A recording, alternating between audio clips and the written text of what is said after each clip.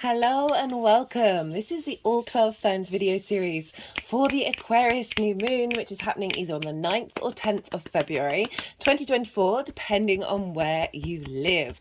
I will be reading for Aquarius and Capricorn in this video. Right, so there's a big two-part collective reading that I've done for this new moon.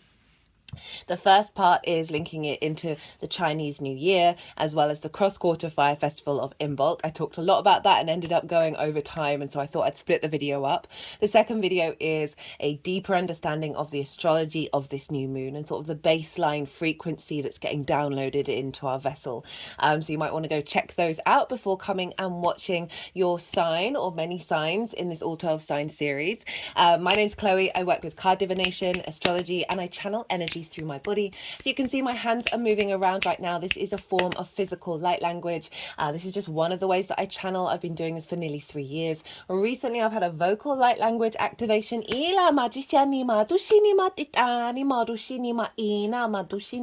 I'm still integrating all of this. Regardless of whether you consciously know what's going on with these two forms of channeling, it is helping us clear stuck energy. It's calling in energies from different dimensions to help us heal, help us clear stuck energy and open up portals to source to get us in alignment with our soul's frequency. It's like bringing in activation codes as well. So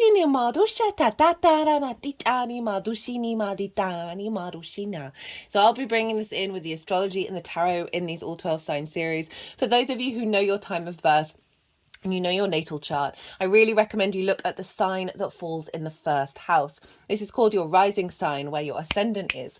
And so each of the signs will be as if they're in the first house. So the astrology will link in closest with that. However, this does not invalidate you looking at any other part of your chart, perhaps where your sun or your moon are, because they're getting activated with this new moon. Go and look to see what houses they're in, and look to the themes of those houses and apply those themes to the messages that come through. It's as if that sign with whatever's going on in your natal chart, celestial bodies, astrological points, themes of house, have now all moved to the first house. So what comes through will be still relevant in terms of the astrology and tarot, but it will be under the lens of the vibration of what it is in your natal chart. So I hope you enjoy these readings. Be good to yourselves, be good to those around you, and most importantly, be well and bring peace and joy to you. Aquarius rising. How you doing, Aquarius? Now we've got a new moon in your sign, Aquarius. It doesn't matter where Aquarius falls in your chart. This is kind of the new beginning for us all. For those of you who didn't catch the introduction, new viewers, hello and welcome. I channel energies through my body. It's a form of light language, as well as I've recently had a vocal light language activation. Both of these things are incorporating energies from different dimensions to help bring activation codes in, help clear energy. So even if you're not consciously aware of what's going on, it is still infiltrating, activating your light body in alignment with your higher self.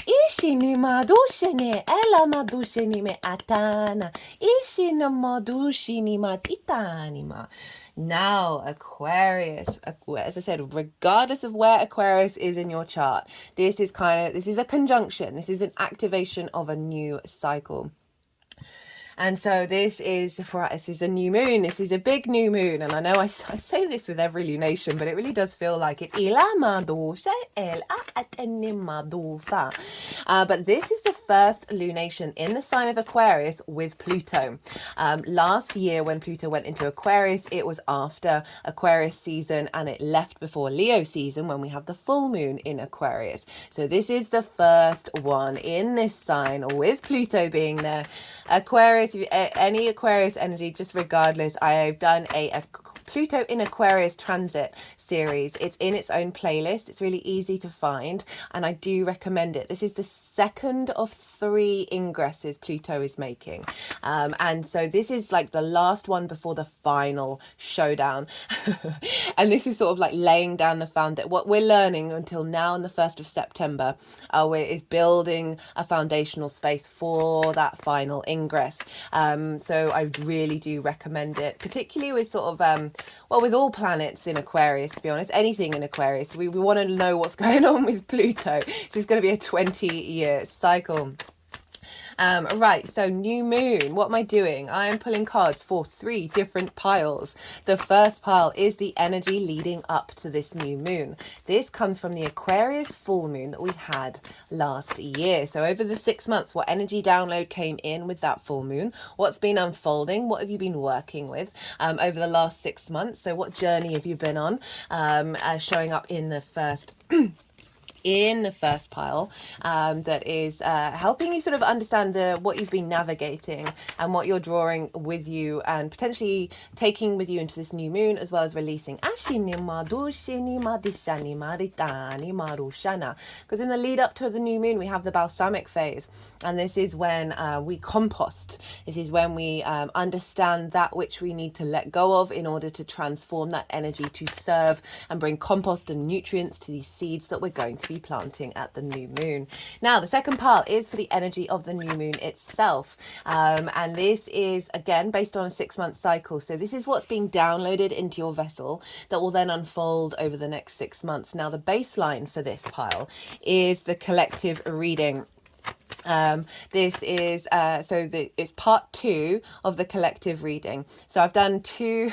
I ended up right. So the collective reading is in 2 parts, and this is because I was bringing in the energy of Imbolc, which is a cross choir frequencies. Being in union collectively, Aquarius. So this cross quarter fire festival. This happens midway between a solstice and an equinox, and these mark transition phases. And so we have this always in Aquarius season, and it's always best to sort of bring this energy in around the new moon. Last year we had it near the full moon in Leo, so it's really great that we've got this new moon showing up not long after the sort of the main sort of energy that comes up. It's around 15 degrees of Aquarius. It gets fixed to being at the beginning of February, but that's just because society wants to confine, it's why we don't follow a lunar calendar, which would make so much more sense. It's that kind of restriction. Anyway, the other thing that I talked about in part 1 was the Chinese New Year, which is happening at the new moon in Aquarius, and we're moving into the wood dragon. I break down in more detail sort of understanding about what that's all about and how it's all interlinked into part 2, which is where I break down the astrology of this moon in way more detail. I also pulled collective tarot for both of those readings. So if you want a deeper understanding of what's going on, and if you want a deeper understanding of what's going on in pile 2, that's the baseline. So the collective reading is the baseline, and then the tarot that comes through is in relationship to your Aquarius energy. So this can be about what's going on around the new moon, but I do focus more on what energy is being downloaded into your vessel that will unfold. And the third pile is how all of this energy is going to manifest moving forward. So those are the 3 piles. New moons are a great time to set intentions, even if it's not necessarily limited to a certain structure. So more of an embodiment of a feeling can work really well around intentions, and then that's allowing space for you to co-create with the universe rather than be limited. And so this is because the moon is at her darkest. She is in yin receptivity mode. She's receiving the light of our conscious mind, of our purpose, our animation, our will, our visibility. Is feeding into the moon, which is our unconscious space, our emotional body, our intuition, where our needs are being met or not being met, and how to nourish ourselves and others. So we're planting intentions into our unconscious mind, which will then mean over the next 6 months you are intuitively taking action around facilitating your needs and nourishment. So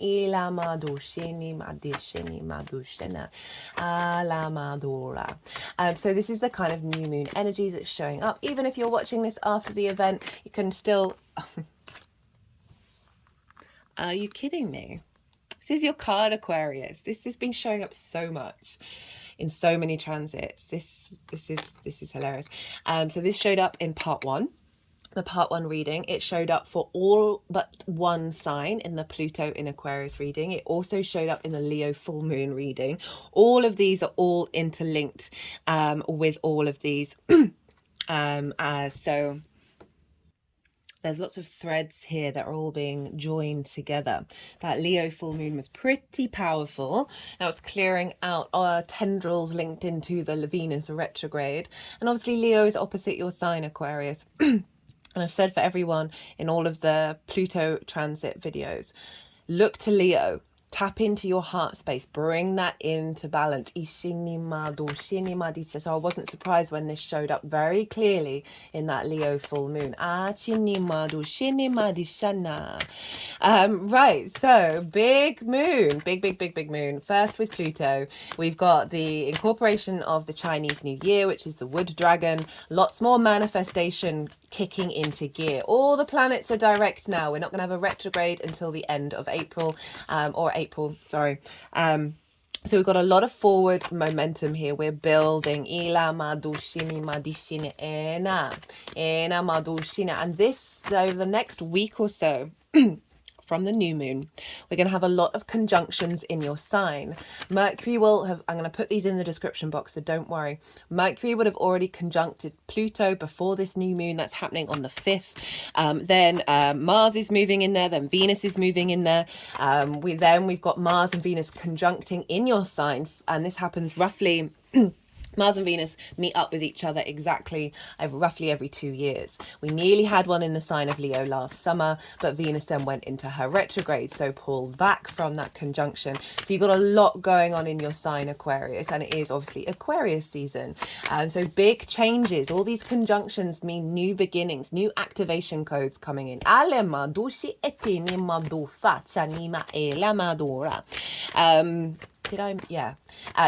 Just sorry, my brain goes a bit blank sometimes when when channeling in lots of different ways. So for Aquarius rising, where is this happening? Well, this is happening in your first house. This is how your house of self, how you embody your sun or your moon in your actions and your deeds. It depends if you've got a day or a night chart, which luminary is the captain of your ship.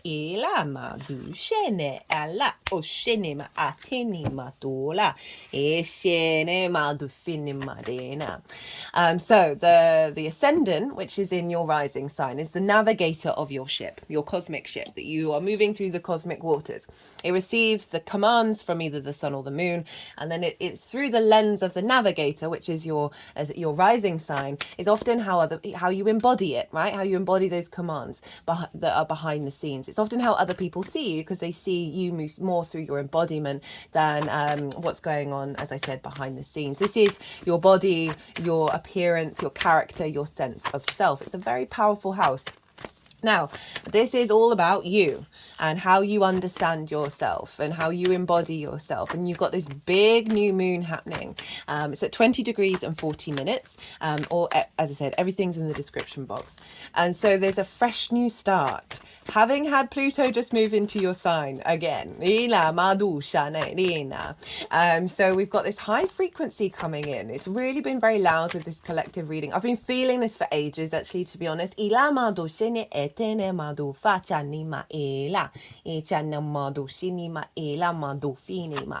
it's this high frequency, this bringing in a higher perspective around the heart, right? And operating from the heart, which is very powerful, with integrity, your Aquarian energy, with this zoomed out perspective of being able to navigate what you do in the present that's in alignment with the future.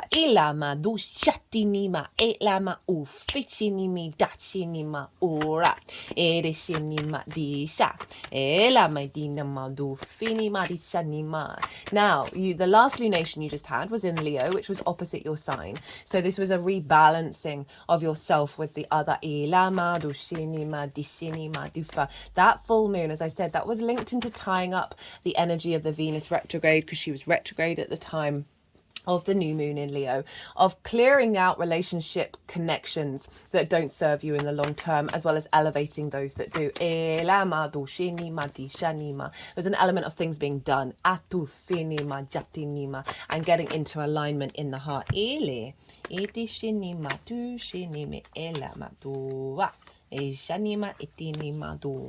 And now we're building on that with this new frequency that's coming in. So let's talk about the astrology. what's showing up. I'm going to touch on so the key themes, but there's a lot more going on, which I break down in part 2 of the collective reading. Ela, jana madushi etini madu fachani eni modora etini medina. So this moon is making a grand air trine with the South Node in Libra, and this for you is in your 9th house of how you see yourself in the world, the big questions, your morals, your ethics, your philosophies, how you map yourself out in the world. And the South Node moving through there is refining everything. Now, I've done a Libra Aries nodal transit series. It's in its own playlist. You can easily find it. And that's covering the themes of the 18-month eclipse cycle. And this moon is very much linked into that because it's making harmonious aspects with both the South Node and the North Node. So it's really bringing in wisdom and creativity around how we embody these eclipses, right? And bring them into momentum moving forward. So, trine the South Node. Trines are an aspect of Jupiter, bringing about a sense of elevation, a sense of wisdom, a bringing together of parts in order to expand, a deeper confidence and faith, a sense of knowing, and with that, opening up to abundance and opportunities. Just things are moving a little easier with our understanding of that Libra energy, right? You're refining your understanding of who you are. You're bringing depth and knowledge to mapping yourself out in this universe. Whether that's through science, spirituality, nature, whatever you want to call it, this matrix that is, is bigger than you, that you are a part of. And we also have Vesta, which is an asteroid, over in the sign of Gemini. So this is forming what's called a grand air trine. So we've got all the air signs being activated in a harmonious way. Trines Jupiter. It's the benefic, it's a soft aspect. We're getting a lot of inspiration, air inspiration come through. Vesta over in Gemini in your creation energy. Vesta in Gemini is helping us connect to the ability to collect information that isn't limiting ourselves in dogma. She represents dedication to the inner flame. And an element of purity of the soul contract that we are connecting to. So bringing in new frequencies around those outside soul contracts, as well as that with your first soul contract within yourself, that is being activated here. And Gemini is in your 5th house of your creation energy. Everything that I'm going to say stems from that, the power of creation that you have within you. In Qigong and Tai Chi, it's the Dantian, where breathing through your basically your sacral chakra brings you power to help you create and bring abundance into the world. It's about pleasure principle. That can be with anything, not just limited into romance. We get it twisted when the focus is there. And this is fully there. This is about play, amusement, the spring in your step, the house of joy. It's also linked into children, both literal children, your own children you work with, your inner child, the creative projects you birth into the world. And so there's a lot of, as well as romance and dating. So we've got this lovely trine aspect of bringing your deepening of your understanding of who you are in the world with your creation energy, all feeding by inspirational senses of faith and knowing within your embodiment of self. Ilama dushinima itanima dusha ilama dula, and finding a higher frequency, right? Aquarius, you are the collective air sign, the universal truths, philosophies. This is linked into geometry and sort of more the quantum realm. Ilama dishinima, breaking out of old dogma realities and bringing in new ones. And I really feel it's in alignment with the heart. Ilama dishinima dichana. You see all these oracle cards. I pull them before every transit series. And quite a few have come through. There's going to be a separate oracle reading after I've finished the all 12 sign series, and there's so much about love in here, and there's been so much love coming through like just generally, and a real realignment of knowing the power of your heart. Your heart has an electromagnetic field of 3 feet. Your mind is that of 2 inches. When you're in heart coherence with somebody else, the field magnifies. When we are operating from this space, from a true knowing knowing of self, right? So this new moon is activating a new code within yourself that is getting you back into alignment. So not only that, we've got this grand air trine. We've also got Pluto conjunct Mercury. Admittedly, Mercury's a little bit further away from the exact conjunction. As I said, that happened on the 5th. So four days before this new moon. But it's still in close alignment. So Mercury's had a reboot. Mercury gets on really well in Aquarius, is able to see things clearly from a higher perspective. Pluto is bringing magnetism and power to the essence of your transformative energy. You're going to go through a big cycle with that Pluto in your first house, but Mercury is able to understand the details, understand how to collect the information that is in then, and how to communicate in a way that is in alignment with this new frequency. How to figure out how to navigate what could be discombobulating while we're integrating this new frequency. But we're all very strong, we're able to deal with it. So, and I just want to give an example. So since I've had this vocal light language activation, my throat, I've just had this like tiny little something, as it feels like there's something stuck in my throat quite a lot, as well as my words keep mixing themselves up and slipping up.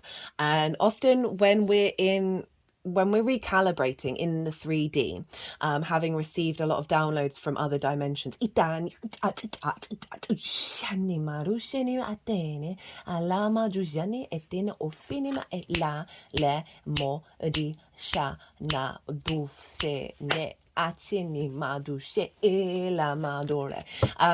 get sort of disruptions in the 3D field. It's often when we fall ill after a big download as well. These sorts of things can happen. So I'm just saying, because the first house is linked into your body, that this might come up. This might not be for everybody, but I'm obviously being called to say it.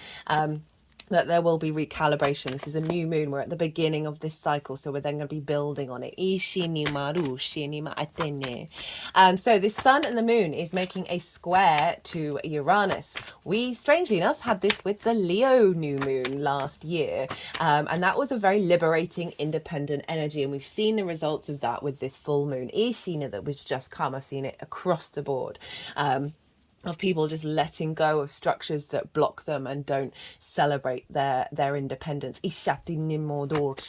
So we now got this again. So we're potentially not going to see the results until the full moon in Aquarius during Leo season. But it is activating this sense of liberation. Uranus is very innovative, a very independent energy. In modern astrology, it is the ruler of your sign, Aquarius. I work with the traditional framework, and so it's Saturn. I definitely understand why Uranus is linked into Aquarius, but I find that for me, the way that I connect to the outer planets, that's Neptune, Pluto and Uranus, I don't see them in wanting to be bound by one particular sign. But Uranus is very inventive, it's very independent, it is very confident and comfortable being its unique self, and it wants you to do the same, so it can shake up your life. Yeah. The Spice Girls song just came into my head. Shake up the world. Step to the left if you're having a good time. Oh my god, I'm showing my age of like what downloads happened when I was a teenager. What was I saying? Yeah, Uranus, it will come along and break things up in order to liberate you, and that can be very disruptive because Uranus really doesn't care. I mean, it does really, but it knows that you can handle it. And so we've got this sense of breaking against conformity, breaking against conditioning of self. I forgot to mention, I've currently got 3 main guides who I channel through the vocal light language. And that one that was just coming through represents sort of earth manifestation and protection. There's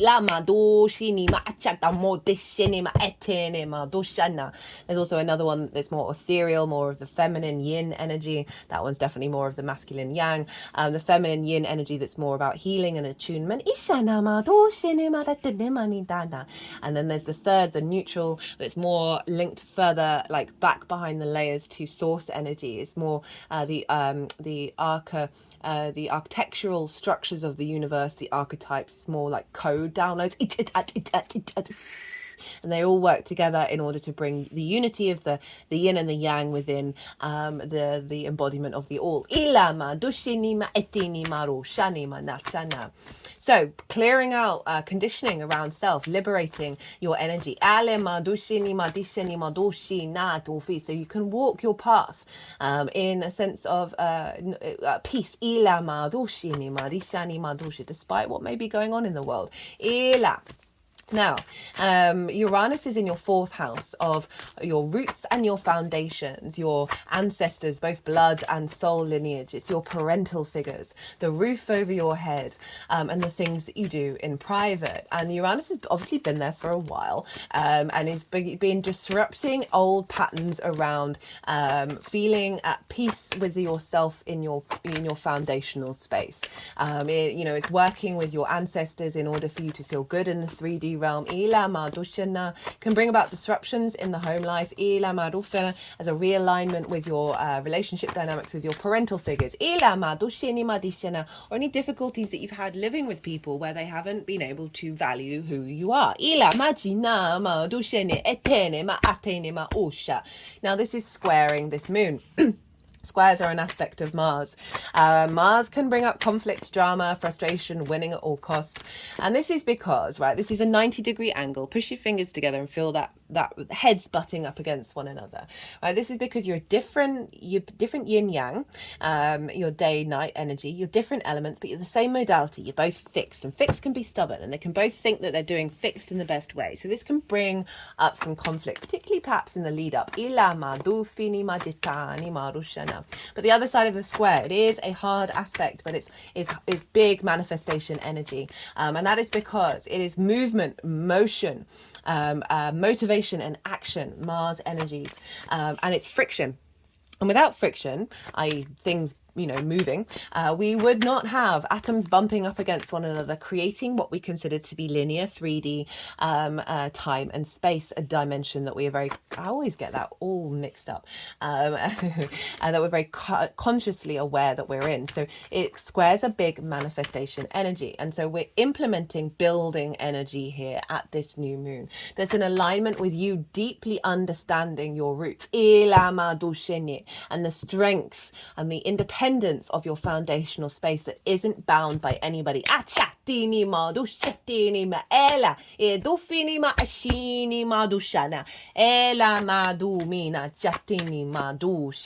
it's ruled by Venus, Taurus. So there's this element of feeling good in your home life, of wanting that to be in alignment with how you embody yourself. Also tapping into the wisdom and the knowledge of the ancestors that help bring about new ideas and new inspiration of being in your frequency, and how you then embody that moving forward. The sun and the moon are also making an aspect to the North Node and Chiron over in the sign of Aries. Now, the North Node is where we're headed.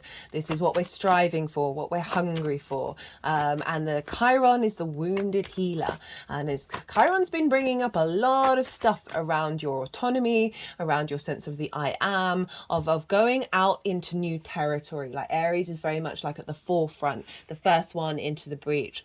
And so Chiron has been bringing up some wounds around taking those steps, leaping into the unknown. And while it's bringing these things up, it's helping us heal that energy and bring that medicine of the individual and its expression of self in a social dynamic. South Node in Libra. And Aries for you is in your it is in brain. It's in your third house of how you communicate, right? It is the house of the goddess, the lens in which we bring that meaning of the ninth house, where the South Node is in Libra, into our day to day. It is your environment, your things that you do on a day-to-day basis. And so you're getting a sense of breaking out of conformity here as well, and really allowing yourself to be you in the way that you express yourself. And I feel that's very much also linked into Uranus in the fourth, of liberating you from structures that aren't serving your freedom. And this is forming a sextile to your Aquarius energy, and a sextile is an aspect of Venus. Venus. So this is very harmonious aspects with the trine and the sextiles with the nodes as well, to sort of counteract and strengthen that square that could be difficult. So we're building from a place of inspiration and creativity of this new embodiment of this frequency, allowing you to express yourself independently and understanding truly your place in the universe, which is then giving you more confidence in your foundational space.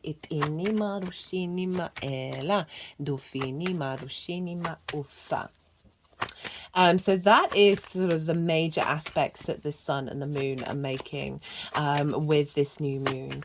But I'm going to lightly touch on rulership. Now, this is when whatever's going on with the ruler of a sign is impacting the signs that it rules. So Saturn traditionally rules Aquarius. So what's going on with Saturn is impacting what's going on with your sign, and therefore what's going on with this new moon.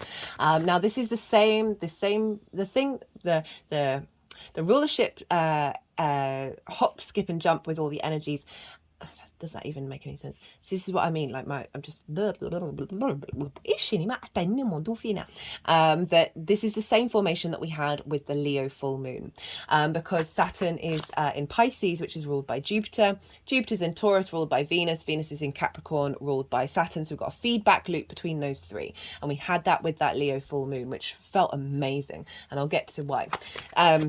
So we have Saturn over in your second house of how you value yourself, the skills and tools that you have in order to manifest in this world and create regular income, the things that you value. And as I said, most importantly, how you value yourself. Because if you don't value yourself with authenticity and truth, right, perspective, rather than self-flagellation or trauma around not being valued and then internalizing that, if you don't understand that you are the universe, you are love manifest,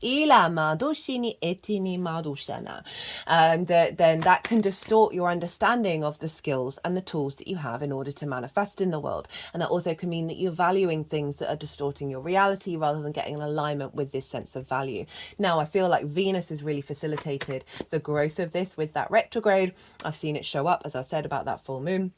But now Saturn is in there, and Saturn wants you to understand the cause and effect of why there may be distortions, as well as giving you the commitment and the responsibility and the integrity to connect to your legacy around the skills and tools that you have, and also deeply understanding with a sense of maturity, how to value yourself. Now, all of this is feeding into your first house, and so this is that there's a frequency coming in that's activating the transformational energy of Pluto, bringing in a high vibe of perspective from a place of love, and Saturn is influencing that frequency by saying, okay, this has got to get in alignment with your skills and your resources and your sense of value. So you could see an embodiment of galactic frequencies around your skills and your resources, bringing back that alignment with the South Node of seeing, understanding who you are in the world, and then Saturn influencing that via how you now value yourself. So we want to look to where Jupiter is, because Jupiter traditionally rules Pisces, and Jupiter's over with Uranus in the sign of Taurus. So Jupiter's helping bring about a sense of expansion and faith and knowing and deep commitment in your expansion in your foundational space, as well as your private life. You might be feeling feeling good in your home life, feeling at ease with the people that perhaps you live with. Drawing on more wisdom from your ancestors, that's helping bring about a sense of opportunities and expansion. And so this Jupiter energy is feeding into Saturn, saying, hey, let's get this in alignment with your foundational space, with clearing out a lot of karma away from your ancestors, and then bringing in the resources of them for you to feel good in this 3D world. Jupiter in Taurus is asking us to slow down and tap into our senses and see what our senses are telling us, and establishing a deeper sense of wisdom and faith in this 3D world, despite what on earth is going on in the outside world. So again, foundations, your foundational energy, having a sense of ease and more generosity and joviality around that. So just feeling good about your foundational area, which will then, facilitate you understanding and valuing yourself. And perhaps for some of you, this might be working from home or doing meditations around connecting to your skills and your resources, and how to, manifest in the world. That then you'll, through the embodiment of self, be able to put into implementation, and also the visibility of how other people see you. Of bringing in more abundant vibrational frequencies. Now, Venus rules Taurus. So where's Venus? She's over in the sign of Capricorn. And this is in your 12th house, next door to Aquarius. And this is in your hidden house, your house of mysteries. This is can be a difficult house. Venus moving through there. We've had a lot of planets move through there, of you. Because it's difficult, because it's linked into depression, grief, isolation, loss, and sort of difficult constructs of how we understand ourselves. It's often linked into the unconscious spaces, very much to the mind, but also other unconscious layers in this human incarnation. And we can have a lot of trauma responses, a lot of stuck limiting beliefs there. And so Venus is helping smooth things over. She's there after Pluto left. She's cleaning up. She's bringing a sense of connection to your hidden part of who you are, finding more love and giving more love to that space. Also underneath all of that is the magic of your soul. The 12th house is a very magical house, and so Venus is influencing and clearing out those limiting beliefs of how your embodiment of self, as well as drawing in that magic of that root contract of your soul's frequency, feeding it into Jupiter, into your foundational space. That's having a knock-on effect with how you understand your own value and how you manifest in this world. That's then pouring into your embodiment of self, and this power energy showing up for you. Right, so there's more going on.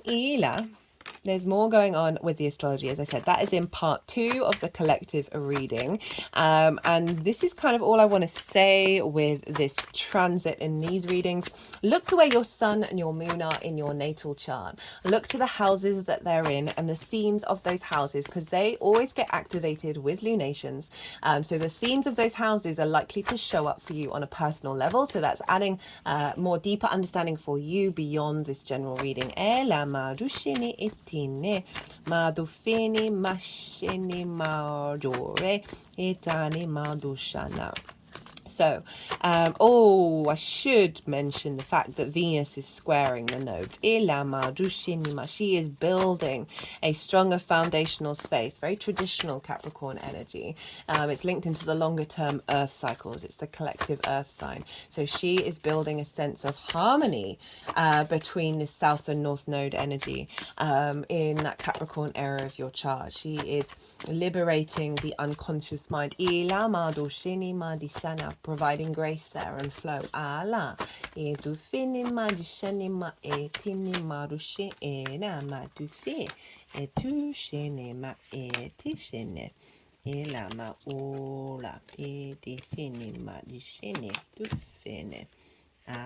Right.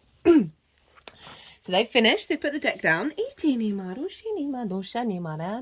I'm going to go consciously quiet and let the energies move through me. We just had the yang side of the reading, the action, the go, go, go. Now we're going to have a little bit of yin, and we're going to settle the minds and not try to overthink things. I'm going to let the energies move through me. They're going to move the cards around. They'll probably do some vocal and physical light language.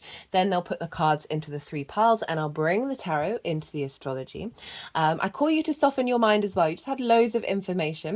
Setting intentions around this new moon about yourself and your embodiment of self, working from a space of integrity, tapping into higher frequencies, getting into alignment, listening to like binaural beats, or songs that you really like. It doesn't really matter. It's just things that raise your frequency around this new moon can be really good to get into a state of setting that intention. As I said, you don't have to lay out intentions. They can just be an embodiment of a feeling. Ela madushini madene madushini matishanina or fini machetanana. So let all that information settle in your unconscious and then see what intuitive hits come up for you while the energies are doing their thing. Itini madushini ala madufi. Itini ma ashini no mo itini mititini marushini atela. Ela madushini. Ofi achina otini majatani marushe ale marushe etemi atini modufina macha la madure etinima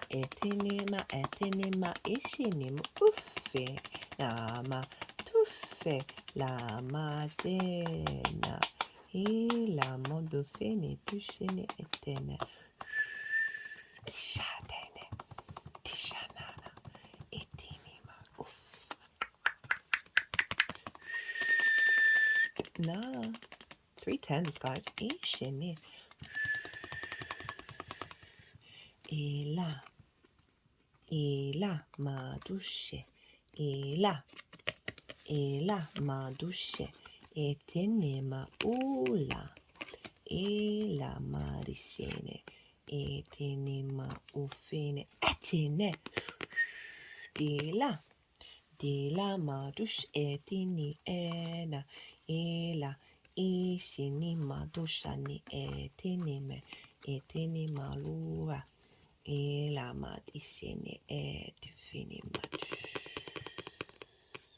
etene madufa ela ma ishini atu asene ene madufa ela madure mashani madishani etane ma utane ma ala etufini mash.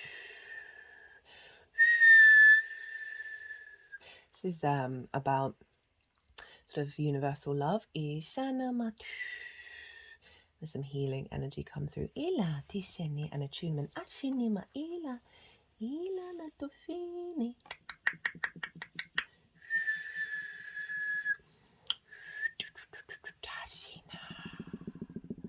Ashini modosha. Etini. Akana. Ishene. Tufini patashine. Okay, so Aquarius. We've got some difficult energies showing up. This does always tend to be the case. Because we're constantly in a state of evolution, of clearing out a lot of stuff. We're in a big time of transformation. And even when you think, oh, I've got that covered, I've sorted that, it's like, no. It brings up another layer and it just brings more and more peace. Got the 9 of Wands. We've got the 10 of Swords, first of 3 tens. The 5 of Cups, the 2 of Swords, the Page of Pentacles. Now, 9 of Wands. This is the first house, right, of your embodiment of self and often how other people see you. So it could have felt, you've had Saturn move through your sign over the last couple of years. You've now got Pluto there. So this has been bringing up a lot of questionings around your sense of self. Saturn can bring about authority. And this can be people questioning your authority of who you are. And also there's an element of, can be conflict as well, because we've got Uranus square your first house, and it can be very disruptive, especially in your private life. This can be also about clearing out parental lines of not feeling seen and validated, because this figure is very strongly committed to themselves, but they're in the defensive mode. They feel like they are all alone, they are exhausted, they have gone through many battles. It's a very isolating energy. It's a very stagnant energy. But it genuinely may have felt that your sense of self, right, your embodiment of self, may have been questioned by people. Or at the very least, you might have just felt like you've been alone on your journey.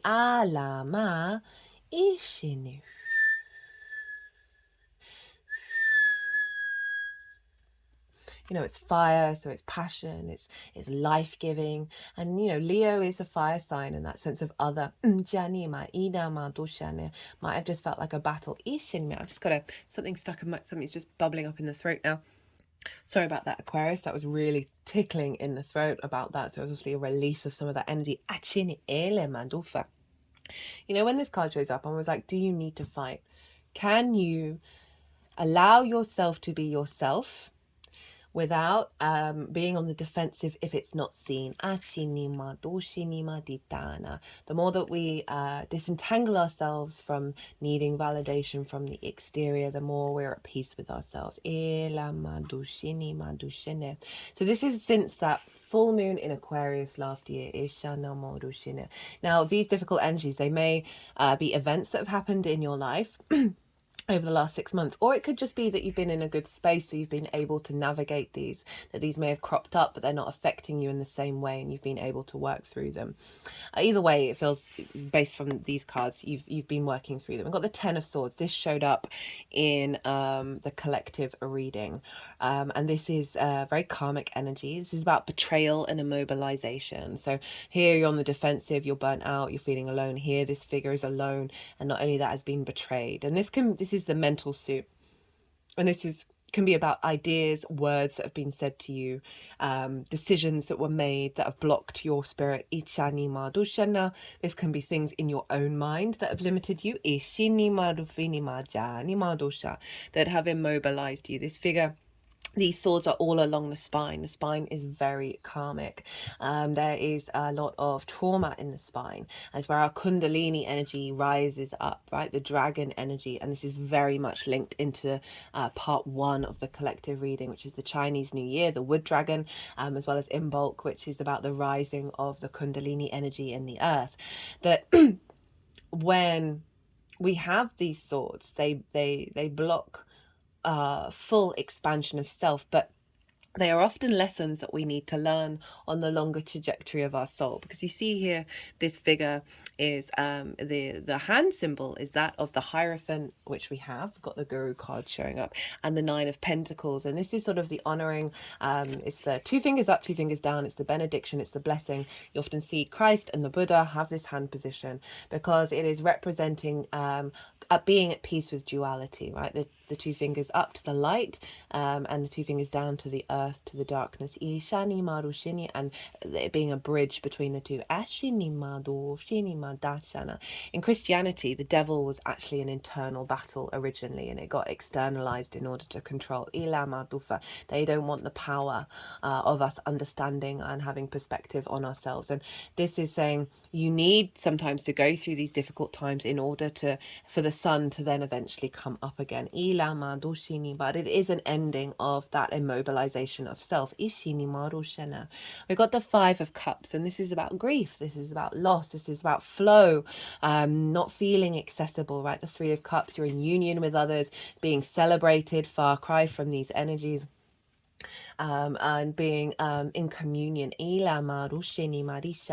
So overall, it just feels like these have been coming up in a sort of a contemplative energy, because we've got the 2 of Swords, because this is about going inward. This is about having the time and the space to meditate on these energies and whether they are anything to do with you or not. Remember, Uranus has been bringing about a sense of liberation in your foundational space. Jupiter is providing a sense of a deeper understanding of where all those structures come from, and the relationship dynamics you have with that. This is about pause and being in a state of meditation before you enter the new land. This figure has just arrived, and they're now in pause. They are going inward in order to make a decision of which version of self do they want to embody. Do they want to embody the old version that was to do with the old landscape, or what will work in this new landscape? So it feels like you've been preparing for this new download, and it's come with the Page of Pentacles. And interestingly, you've got I forgot to move this up. I do apologize. Interestingly, you've got pentacles like crowning all of this energy, which reminds me, I was going to say like the Earth, the Venus, Jupiter, Saturn feedback loop that we have, because obviously Capricorn's ruled by Saturn, so the rulership energy transfer is in Earth and water. This is a very air-based sign, Aquarius, obviously. Sorry, an air-based moon, but it's being grounded with the earth and the water. It's being given nourishment, and so I really like this air, this very up in the air energy, very fast moving, is being grounded collectively, and how it's shown up for you very clearly in this reading. The Page of Pentacles is like, with this meditation, you have been discovering new possibilities, new ways of thinking that you're going to apply into the 3D realm of how you embody yourself. And this is all leading up to the energy of the moon itself. So this is the baseline is the collective readings. And this is how it's showing up for the Aquarius energy in your chart. We've got the Seven of Swords. Love the Seven of Swords. The Guru. This is the Hierophant. This is Taurus energy. We've got the King of Swords. First card out, your card. And we've got the Three of Pentacles. I think all of these came out in the collective reading, not the Seven of Swords. I was surprised about that because I thought it would do, but it's shown up for your sign. So the Seven of Swords gets a bad rep because it's all about someone's deceived you. There's trickery afoot. However, let's look at this card. Okay, so this figure is stealing away the resources from the other side in order to stop the war. They are stealing away the Five of Swords, right? The Five of Swords for me is one of the most difficult cards in the tarot. It represents the human condition at such a fundamental level, the difficulties that we have. But this figure is stealing away conflict around winning at all costs of this sort of disruptive energy, and is bringing about a sense of peace and a sense of inner calm, which is that Two of Swords, which you have, right? So you've been preparing for this balance of self. This is about thinking differently, embodying yourself in a new, higher frequency. I think this is Mercury in Aquarius. About bringing in a perspective that is more universal, right? Is more linked into creation rather than conflict. And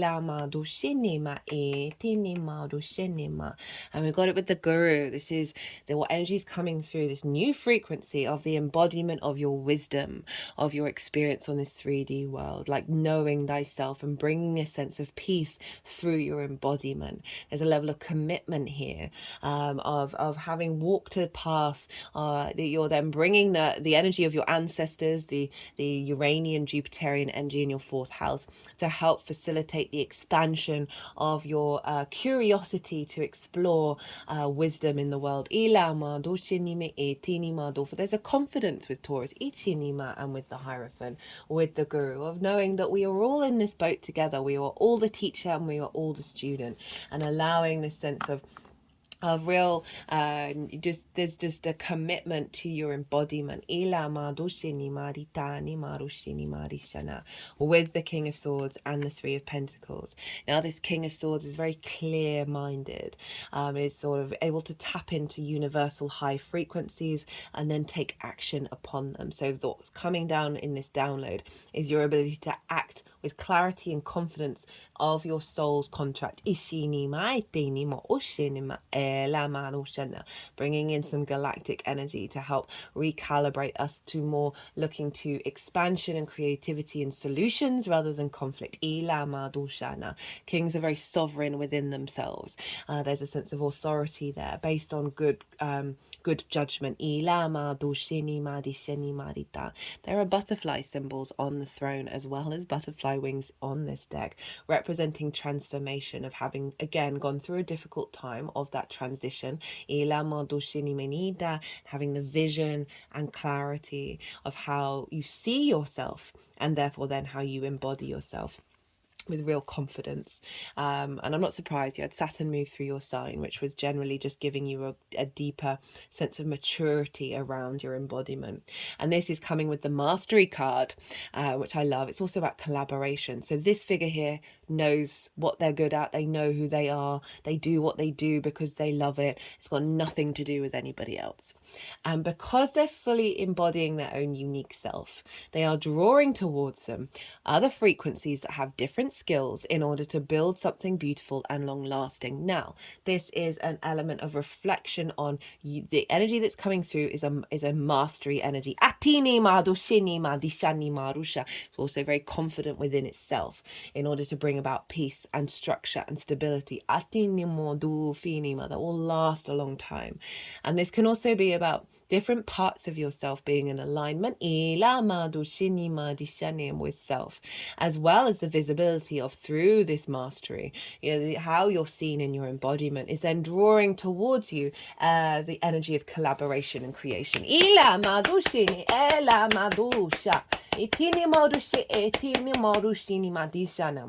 you're really bringing in a balance here, which is Venus over in your 12th, of a realignment of the magic of yourself, and not getting stuck on the trauma and the limiting beliefs of grief and feeling defensive, right? Those cards were very betrayal and being by yourself, and now we've got this sort of collaboration energy, which I love. Now for the power move. How this energy is manifesting moving forwards. Well, we've got 2 10s. You've got 3 10s. Don't often get 3 of something. And this is really like this energy, and it's backing up this transition phase.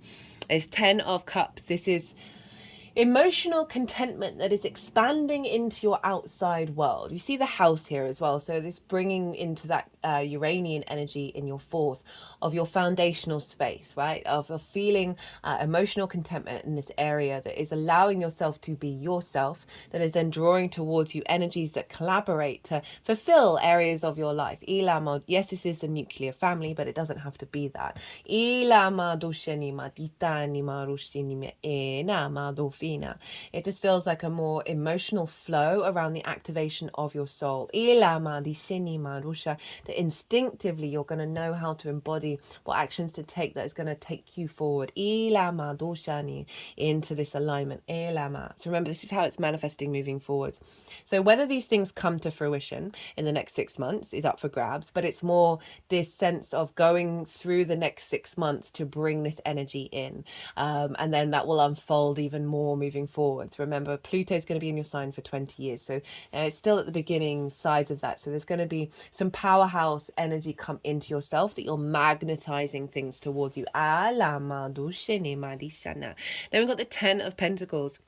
This is about legacy in the 3D realm, right? This is the bringing together of the mundane and the spiritual, the inner and the outer world. This figure is in a city, right? We've got the nuclear family again.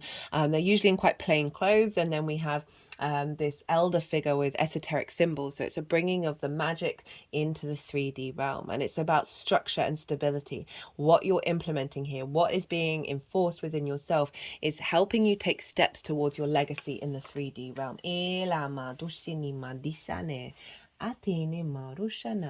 Now let's get some qualifiers. And if you're thinking about in terms of Saturn in the 2nd of your skills and your resources are building on that is then creating an environment for you to take action around creating your dreams.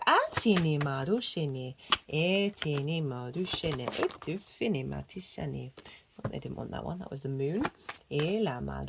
Pisces energy. I was just talking about Pisces. Well, Saturn being in Pisces. I have a feeling they want to do some work.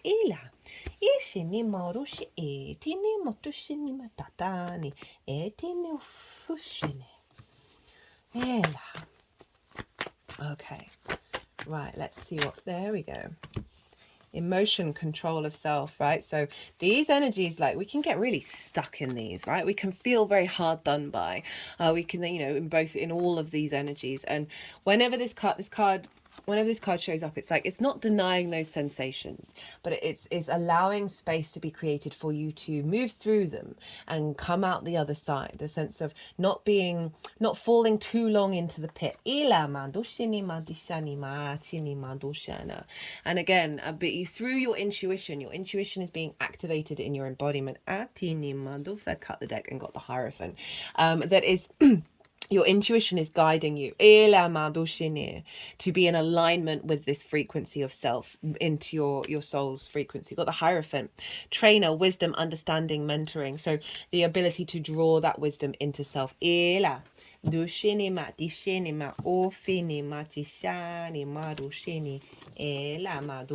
Final card, we've got vibration, positive action. So there is a frequency coming in that is just bringing more ease into your life. It doesn't mean there aren't going to be difficult things, but your ability to work through them and see yourself clearly, see yourself in a positive light, see your embodiment, and see your character and how you value that in a way that is operating from a space of love and this heart frequency. Right, let's get a final clarifications for my lovely Aquariuses. How you doing with this Pluto transit, Aquarius? It's going to be affecting everyone in different ways, but as I said, like, you've had Saturn move through your sign. That paved the way for all of the Aquarius energy, wherever that falls, of us being like, okay, we can handle this now. We had Saturn in its own sign, really doing a number on everybody in order for us to be stronger and more in alignment. But still difficult.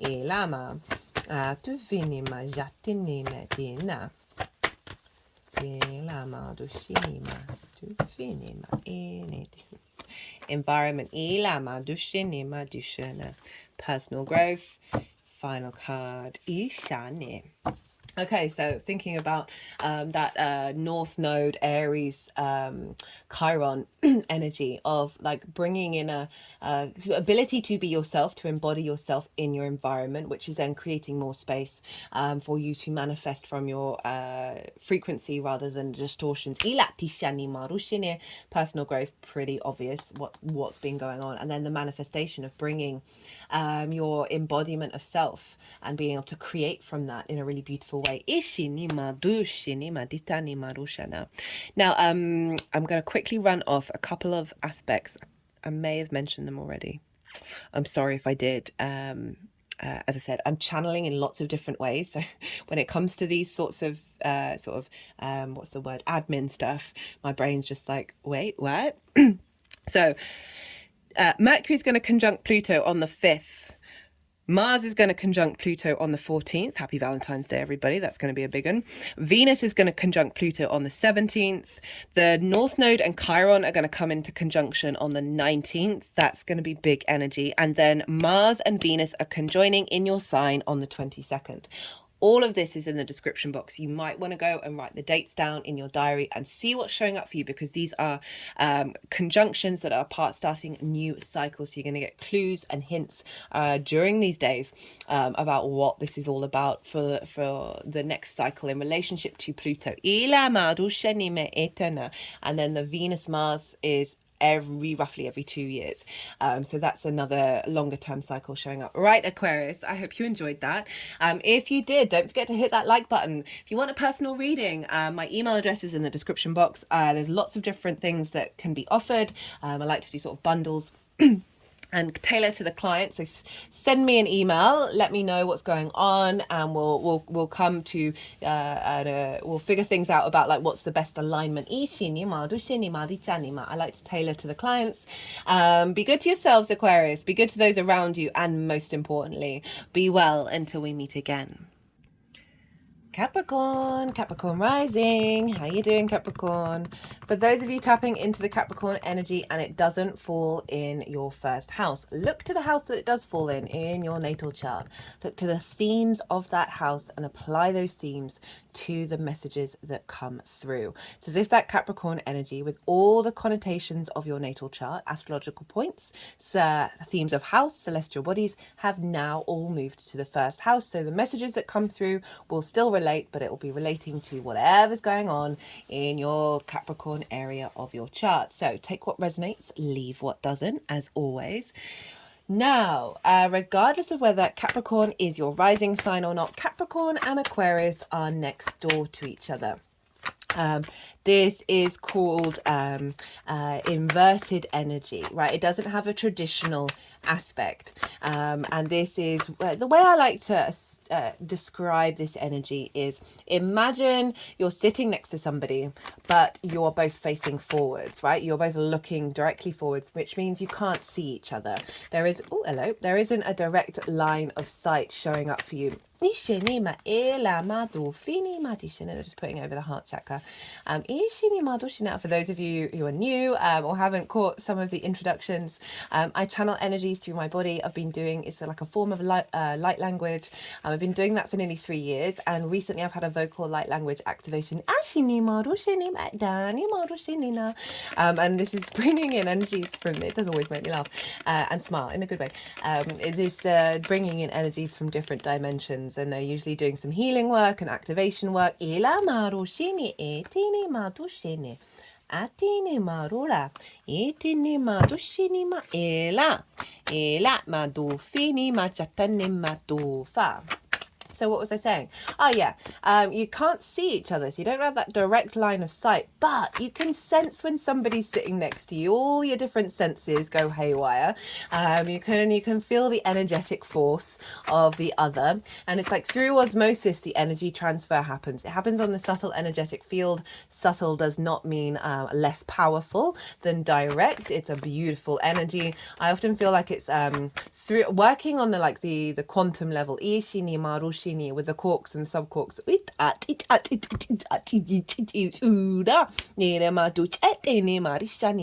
So apologies for regulars, because I know I'm repeating myself, but it's important that people know what's going on. I've got 3 guides, main guides, that I'm channeling through the vocal light language at the moment, and there's one that is a masculine yang energy, that's earth, manifestation and protecting. There's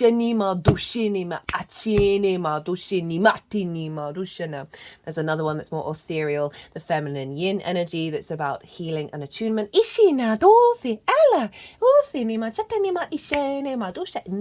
And then we've got the neutral, more spirit energy, or source energy. It's like it's the kind of sounds like codes being downloaded.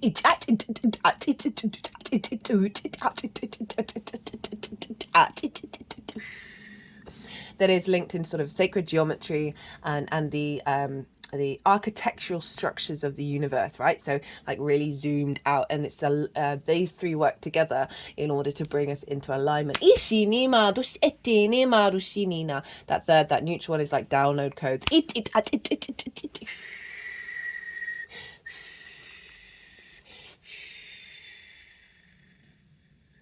So there's a lot going on, even if this isn't got a traditional aspect. There's still this wherever Capricorn is in your chart, we've got this through osmosis energy feedback looping into the sign of Capricorn, and vice versa.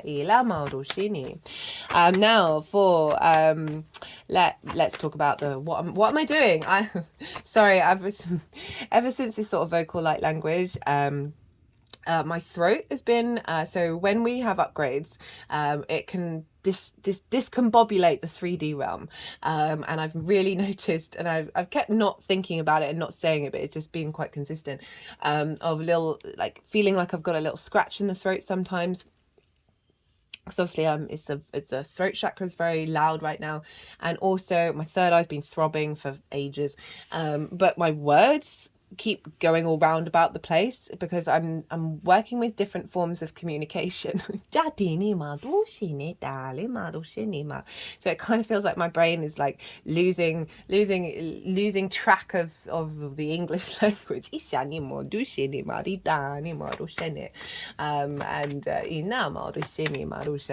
I'm saying this because this may be happening to you in different ways. Like often we can get ill after we've had an activation or a leveling up. ilama dushine, because we're having to recalibrate in the 3D. Ashinima dushine ma dushini na tufane yatana. What was I saying? Okay, so I'm pulling cards, there we go, for 3 different piles. The first pile is the lead up to this new moon. I work with 6-month cycles, so this is from the Capricorn full moon, the Aquarius full moon last year. Which was in Leo season. So everything that's been unfolding over the last 6 months, everything that you've been working on, the journey that you've been going through, and where you were at when you're coming to this new moon. The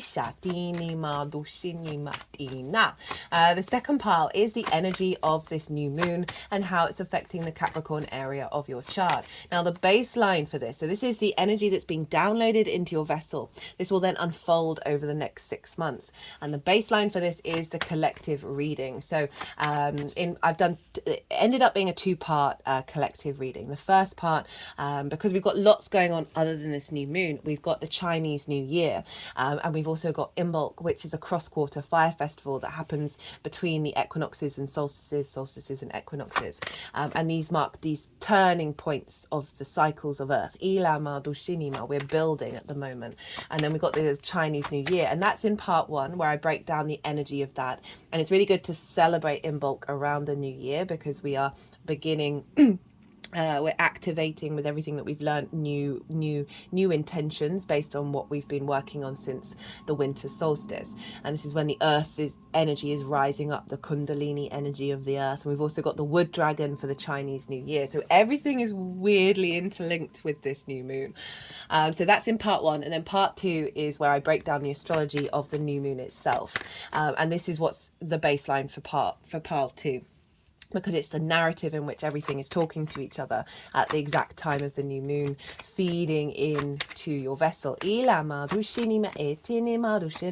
the collective readings, I get a bit more esoteric. I do collective tarot, channeled messages, all that kind of thing come out with those. I get to expand a bit more on the themes of what's going on with our soul's evolution. So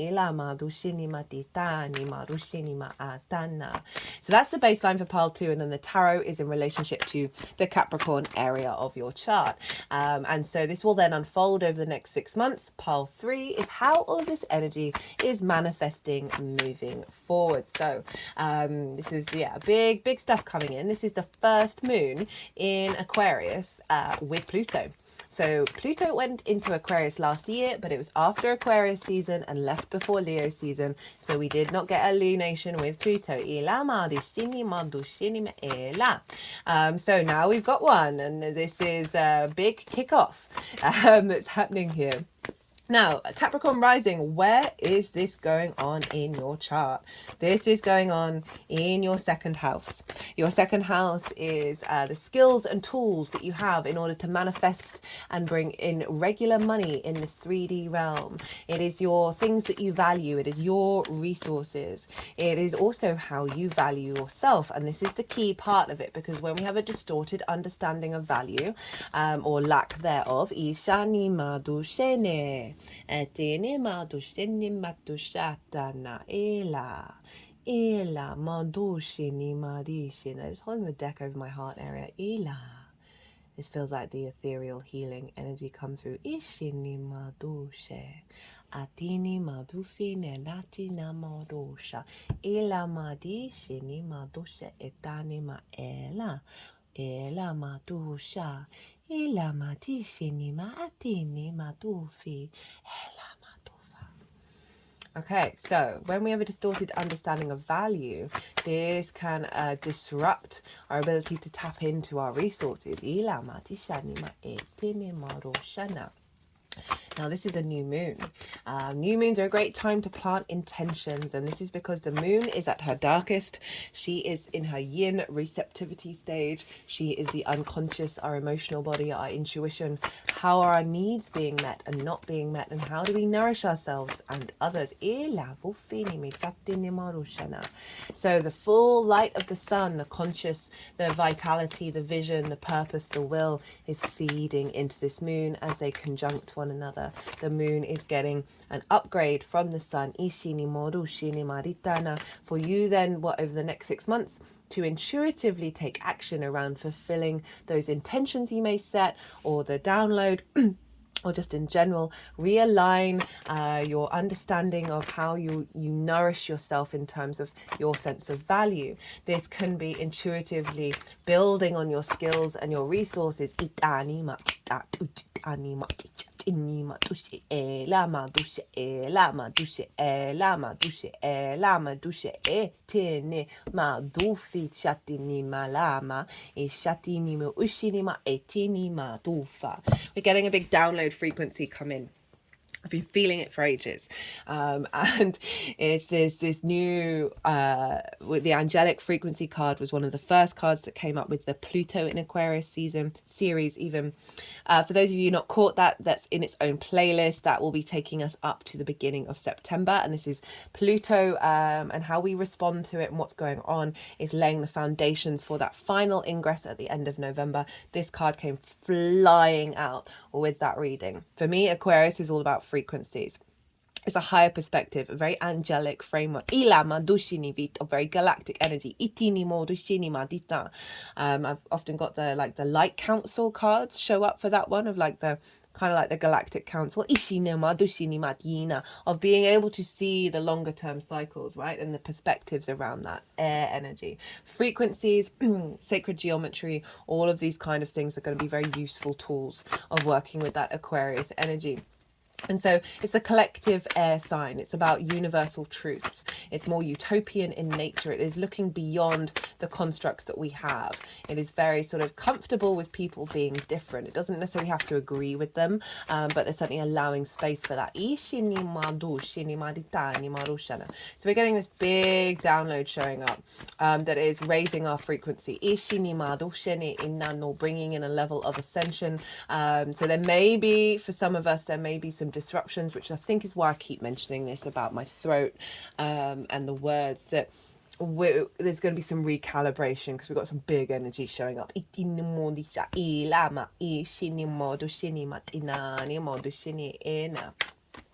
So intentions and frequencies around the skills and tools that you have, right, of wanting to then find the dedication in order to expand on those, of realigning your understanding of how things that you value, so sometimes when we're distorted in our nature, we value things that then perpetuate that distortion.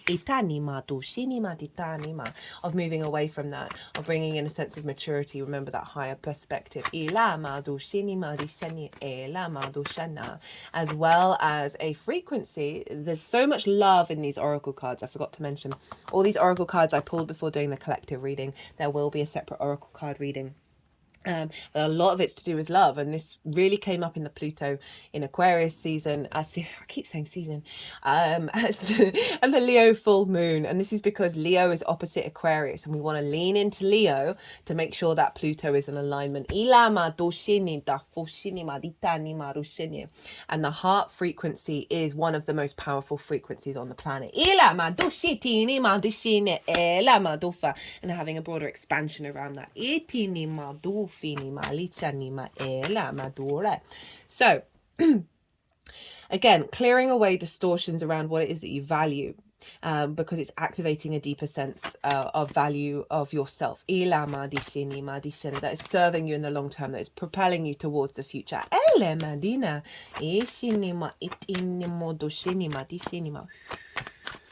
Now, let's talk some astrology. So, new intentions, as I said, around valuing yourself on a deeper level. For some of you, if you wanna bring in more regular income, this can be a great moon to set that intention around. As well as I said, deepening your connection to your manifestation ability. Clearing out things that don't really matter to you, that you're not, like, if you think about the long-term value system, it's a collective energy, Aquarius, so it is more about longer term cycles. It's a very philosophical sign. It is about perspective and zooming out. There's a level of detachment that can be really useful. when the world is so crazy, of like really being like, okay, well, that's going on, but I'm doing me. And this is how I value myself. Not seeking that from the outside world and cultivating a deeper sense of knowing within yourself. And all of this is feeding into your first house of how you embody that, right? So this new moon is activating new codes around value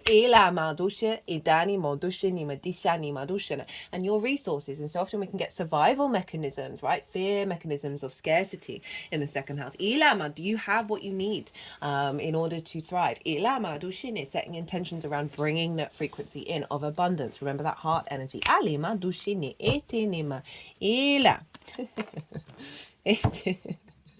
Cut the deck and got the 9 of Cups. I love that for what I was just saying. So let's carry on with the astrology. So I'm not going to break down all of the astrology, obviously, because that's in the collective reading, but I'm going to tap on some key astrological aspects as well as the rulership energy transfer, because both of these things play an important role of how this moon is showing up, right? Not all Aquarius moons are the same. This is why I love astrology. It keeps me from being bored. Like, I get bored very easily. It's I fall asleep really easily sometimes. It's just like my brain is like this. I do not have enough stimulation, and astrology has been my saving grace, because it is constantly changing and there's nuance to it, and it's not always the same dynamic showing up. I mean, it never is. It never is. So we have a grand air trine going on with this moon.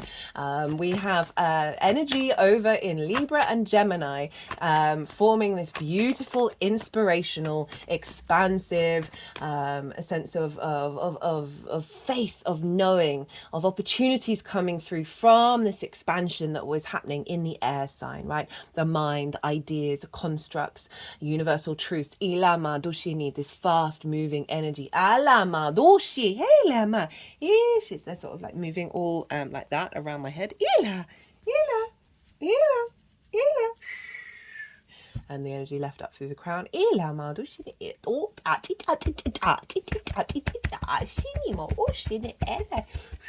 Like some energy was coming through from the crown, from the skies.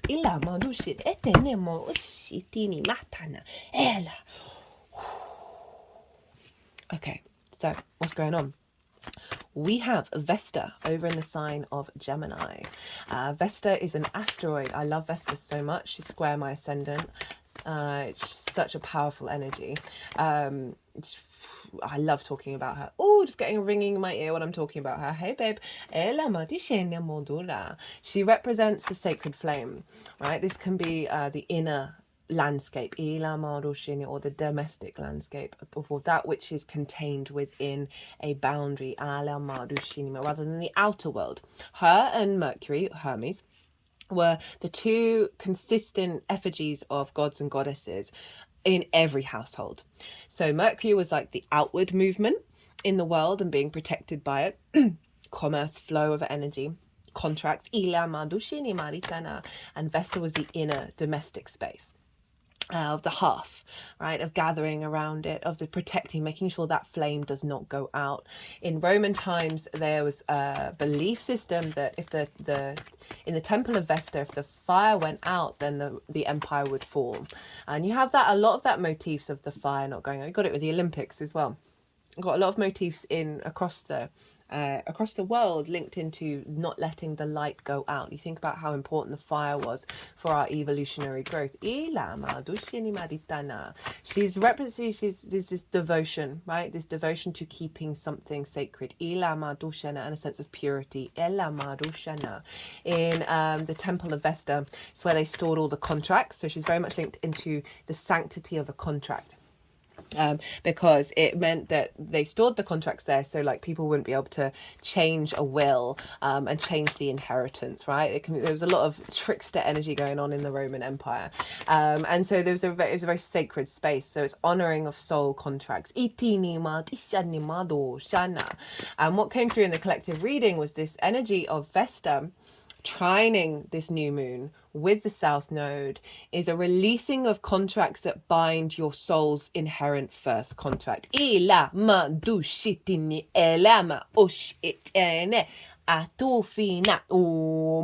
Because obviously we sign up for a lot of contracts, but we can crunch timelines.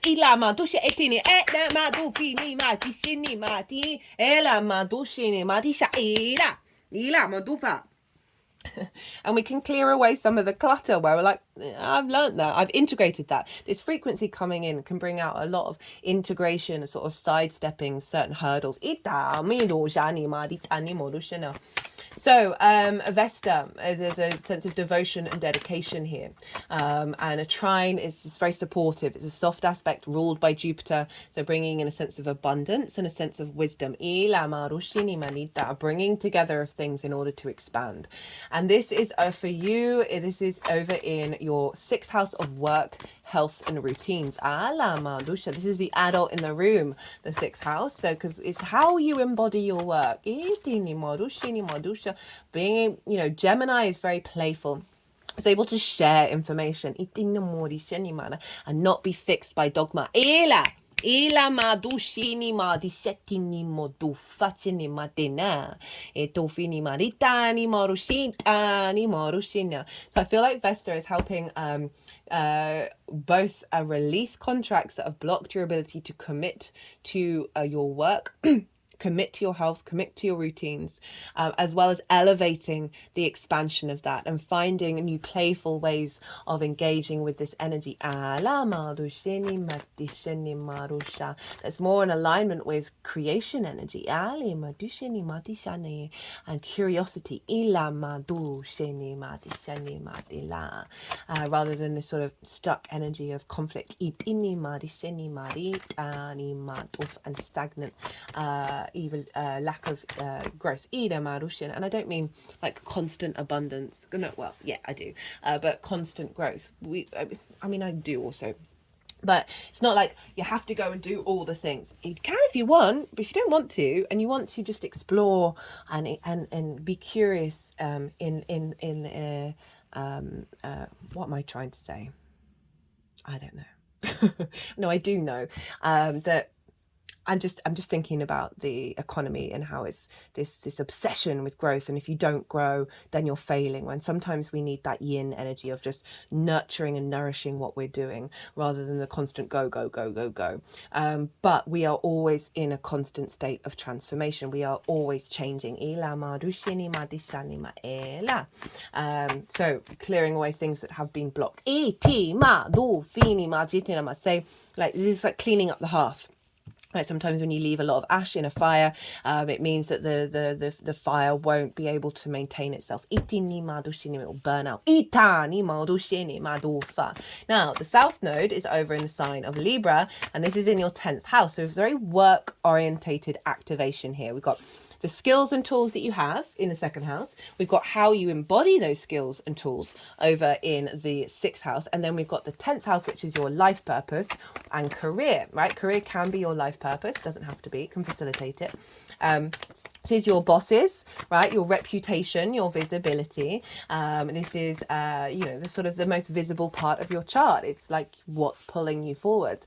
And the South Node is there, a refinement of that, understanding of that, and bringing depth and nuance. You may find that things have fallen away with that South Node transit in order to create space for you, bringing in that strength of character of who you are and how you embody your life purpose. Now, these are all aspecting one another. They are forming this grand air trine that is providing wisdom and elevation of this frequency.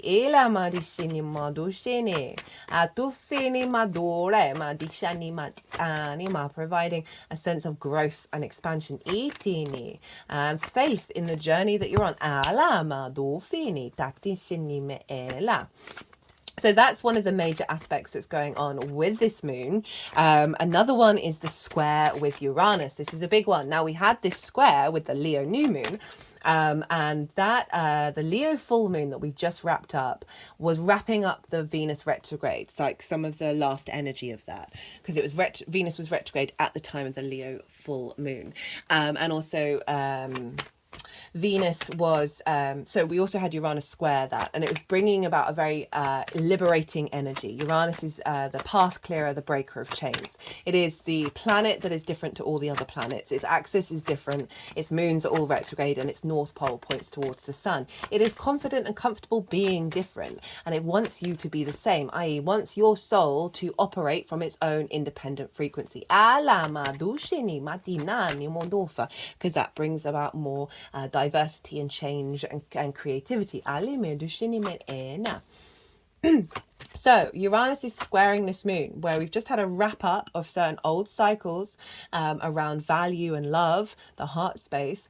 Now we're activating this new cycle in the Aquarius era with this square. So it can bring up some disruptions over the next 6 months with the square to Uranus, just because when we are moving into a space of liberation, it can shake up our energies and the people around us and all of that in order to strengthen us for the long term. Now Uranus is over in your 5th house of your creation energy, right? Everything that I'm going to say is going to stem from that. This is your pleasure principle, and this is not just about romance. It can be absolutely anything you get pleasure from. It's the house of joy. It's where we get your spring in your step. It's about fun, amusement, games, play. It is about romance and short-term dating. It's also about children, both literal children, figurative children, your inner child. Things you birth into the world from a creative space. This is your, you know, the expression of your creation energy right here. And Uranus is wanting to be in alignment with this, bring in this creative energy into your skills and your resources. And more fun, more play. Ishinima do shinima ditanima oshinima itinima do shinima ela ma do finima do shinima ditanima oshana. Uranus went direct recently. Now all planets are direct, so we've got a lot more movement and momentum. Squares can bring about conflict, drama, frustration, winning at all costs. It is ruled by Mars. Ila ma do shana. So there may be some disruptions that come up over the next 6 months in order to create space, right? Clearing the decks in order to transform that energy into more of the liberation energy. I've certainly noticed that with that square, with that moon in Leo. Now, the other side of a square is friction. Without friction, we wouldn't have 3D linear dimensional space, right? So this is big manifestation energy, movement, action, momentum. We are building with this new moon. And for you Capricorn risings, this is bringing in that creative energy into your understanding of value, into your understanding of your skills and your resources, finding more fun, manifesting in the world. And obviously that Uranian energy is trining your Capricorn energy. So you've got a lot of support. So you're bringing, there's more elevation and expansion of your creation energy.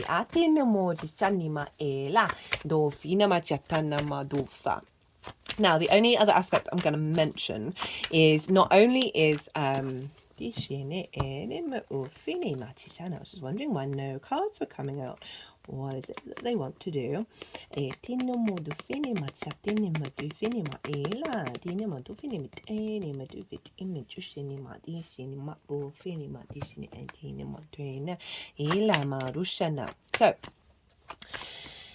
not only is the sun and the moon making an aspect to the south node, but it's also making an aspect to the north node. And we've got Aries and the Chiron making a sextile to this new moon.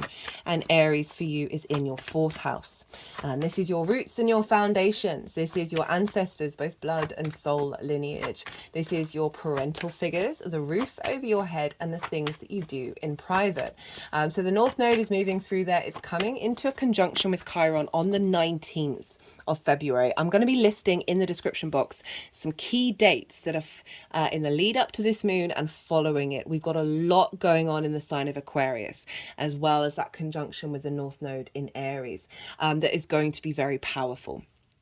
So it's a lot of new beginnings that are happening in this sign. So I want you just to be aware of it. Write these things in your diary. Then you can then see what's showing up around these days, because then we get clues about that cycle and then how to work with that energy. Now, Chiron moving through the fourth is bringing about a lot of wounds linked into your foundational space and your expression of who you are, the I am, the independent, autonomous energy of Aries. One thing that came through in the collective reading, which I wasn't expecting, was the fact that Aries is the first one out, right? That with Chiron moving through there, we are clearing around a lot of lifetime cycles around any wounds we've had about not being able to explore, as well as being the first one out and maybe getting hurt in both physically and emotionally, whatever it is. That sort of frontier energy can be it's very thrilling, but it can be very dangerous. That as the individual, as that Aries independent space, there's a lot of wounds coming up around being free. Of being that individual. And I feel like this this sextile with this new moon, with the North Node, is bringing some clarity and releasing some energy, bringing harmony and grace to those wounds. Sextiles are ruled by Venus, bringing diplomacy, bringing a sense of connection and value and appreciation of the journeys, and then bringing this new frequency in alignment with this ability to now move forward into frontiers we may have never thought of.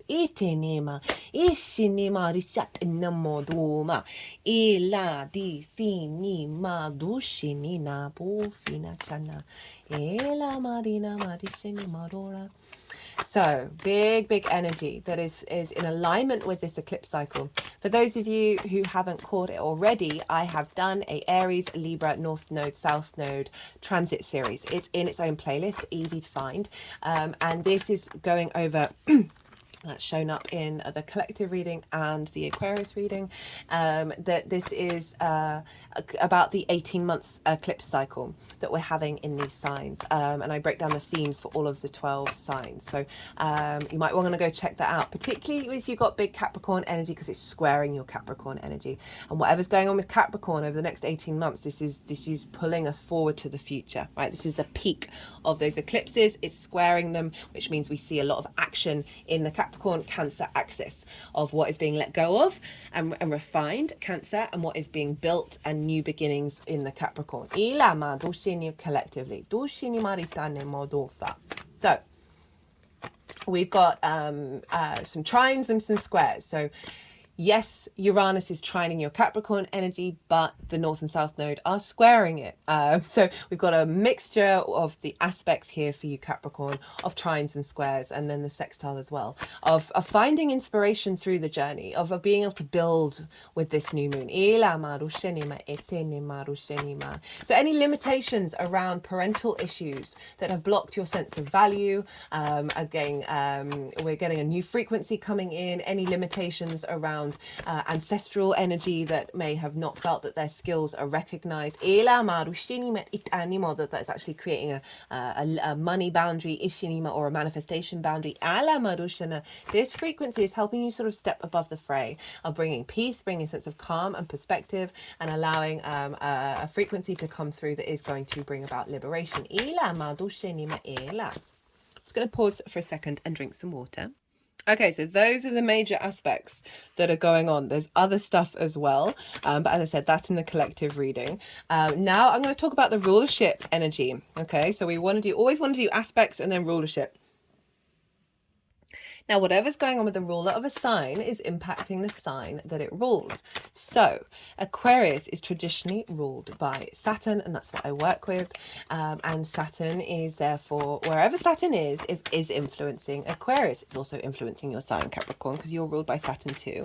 And Saturn is over in the sign of Pisces, which is just next door to Aquarius.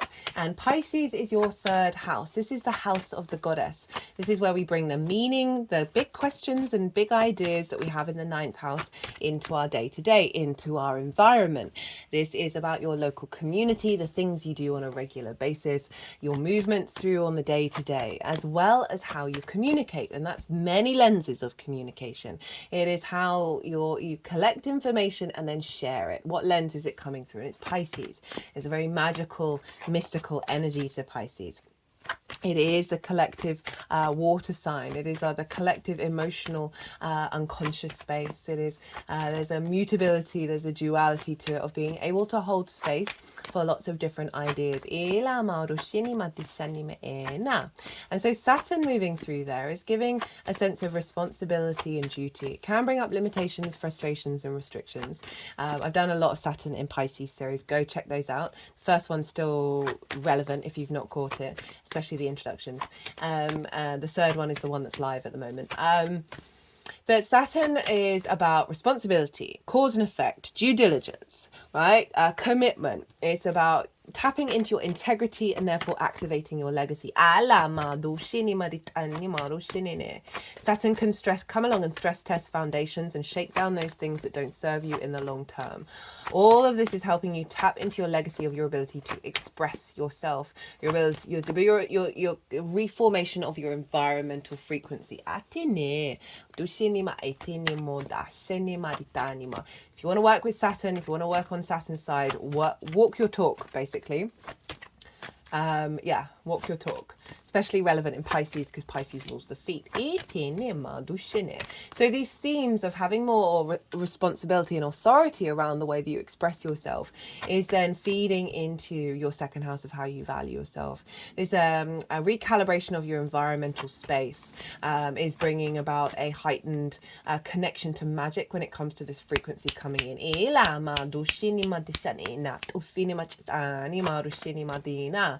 You may have found yourself being a bit more responsible in your day-to-day, which is sort of helping you mature your understanding of what it is that is of value to you. Tapping into your ability of your own authority on a day-to-day basis, which has been building your understanding of who you are, right, and how you can manifest in the world. So Saturn is influencing and bringing a sense of maturity around your expression, right? Words are very powerful. The way that we communicate is very powerful, and this can distort our understanding of how to utilize our resources. So I feel there is a definite strengthening of maturity of this frequency coming in the way that you're then going to be able to express it. For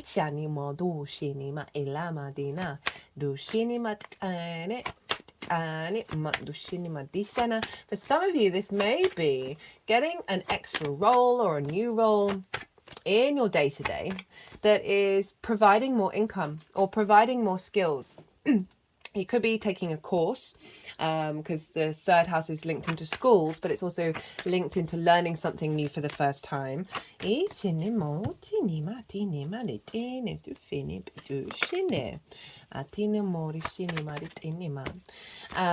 there's something going on with this deck. Sometimes they can be like this and then they'll all come out at once at the end. That you may find having an intention around committing to a new way of communicating, a new course that you do around your skills or whatever that is going to be a great intention to set around this. That just generally it feels that you're going to be implementing your skills and your tools into your environment. And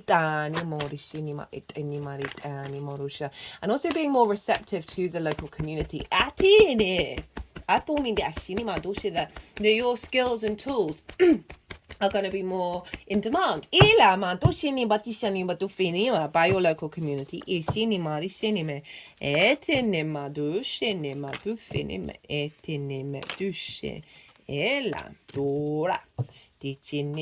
lot of cards of the, sorry, I'm cutting the deck because sometimes they like to do this. A lot of the cards have come out that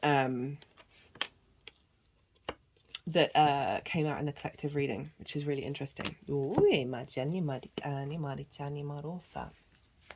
So what else? Now, we want to look to Jupiter because Jupiter traditionally rules Pisces.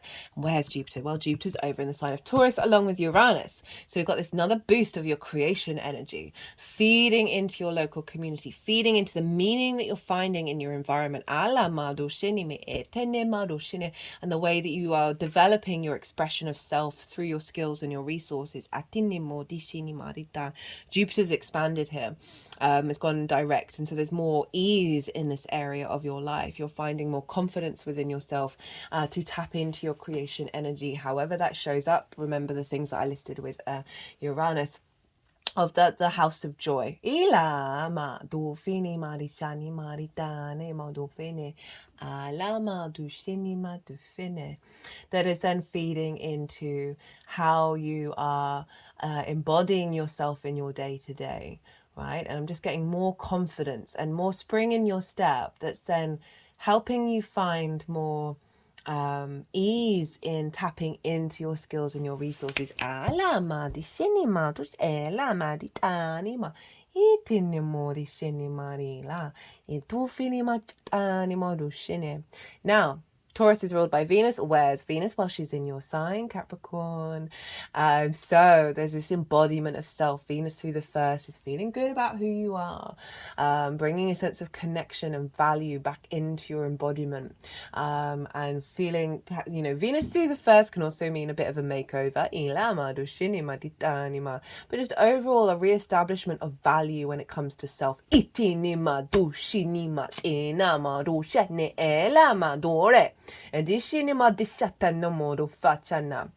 So, Venus is in Capricorn, ruled by Saturn. So we've got a feedback loop between Venus, Saturn, and Jupiter. And we had this for the Leo full moon.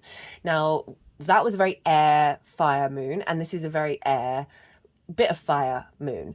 And that Leo moon was quite transformative. It felt very grounded because this energy of the rulership is grounding this very fast moving energy. It's giving it a vessel in order for it to be contained and also embodied. So this frequency that's coming down, this high frequency is going to be coming straight into this earth and water vessel. And there's a sense of maturity coming in and a groundedness because we've got Saturn and Jupiter. They're long-term gas giant cycles. And Venus wanting to bring a sense of commitment. To self. Right. That is all the astrology that I want to talk about in these readings. As I said, a lot more going on that's in the collective reading. Look to where your sun and your moon are in your natal chart. Look to the themes of the houses that they're in because they're going to get activated. They will do with every lunation. So that will add on some more personal information to see what's showing up for you around the lunation. For example, I know somebody who's got the moon in the 6th house, and almost every lunation, going to the doctor's, dentist, you know, it's health, it's physical health, and it's wild how that just, I love it. Anyway, so look to those. I'm going to go consciously quiet now. Just have the yang action side of the reading, all the go, go, go, go, go. We're going to have a bit of yin, night, rest and digest. I'm going to go consciously quiet, let the energies move through me. They will do some physical and vocal light language. They're going to move the cards around and then bring them back into the three, they're going to put them into the 3 piles. And then I will bring the tarot into the astrology. So I call you to soften your mind as well. Don't overthink it. Let your intuition pop up. Let it all settle into your unconscious mind and see what your intuition is saying to you. Ala madushini etene etene ma ushini ali marure ishini ma tufini ma dini ma ula ila ila. I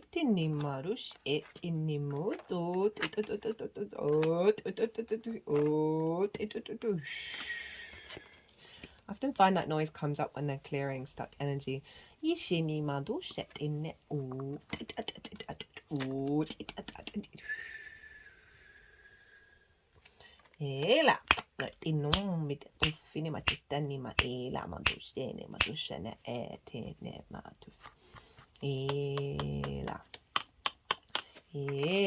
Tu fini marila chinini tu.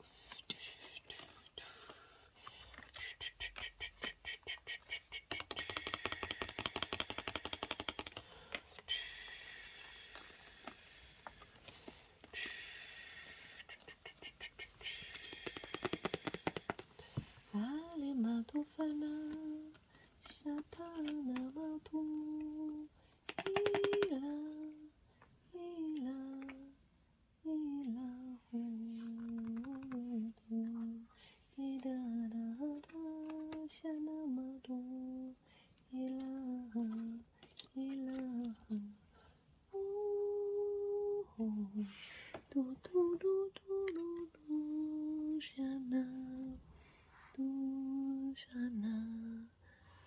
they started singing loads with me, which is I feel sorry for them because my singing voice has never been that great. I think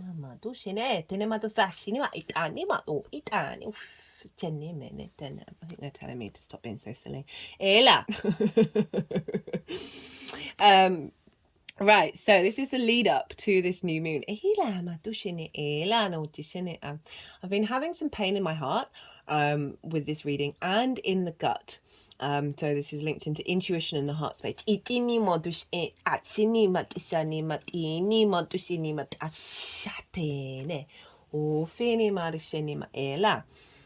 we've got the Ten of Wands, we've got the Ten of Swords.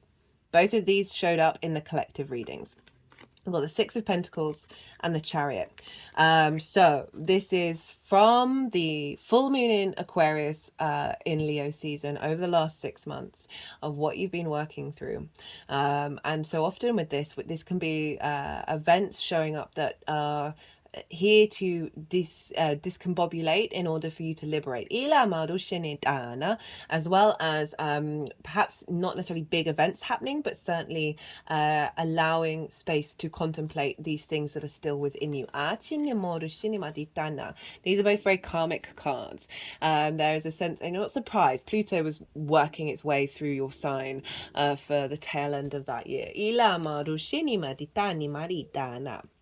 This is about burden and betrayal. This is about overworked and immobilization, right? So it's a very interesting combination. We've got this weight of the world on you, this sense of having to do 5 million different things. And that doesn't have to be a bad thing, but it's certainly the perspective around it with that 10 of Wands, right? They're hunched over, they're not even aware it's a beautiful day, right? We want to change our perspective on that.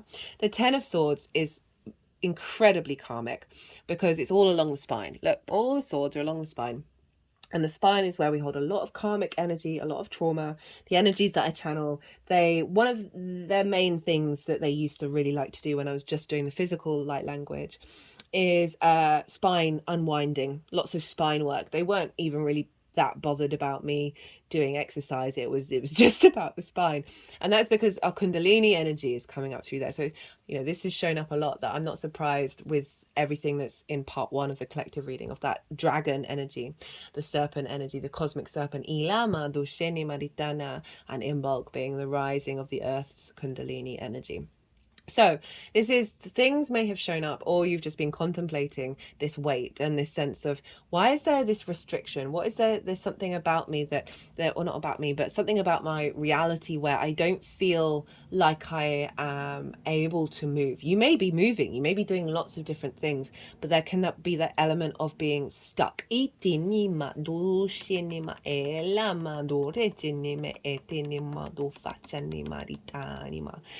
is sword energy, so this is ideas and constructs, words, spells. You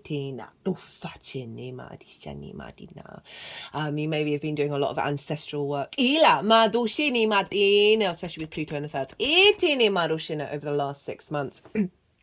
That are blocks around your ability to see your own value. Blocks around being really truly able to access your skills and your resources in the way that bring about real expansion. Or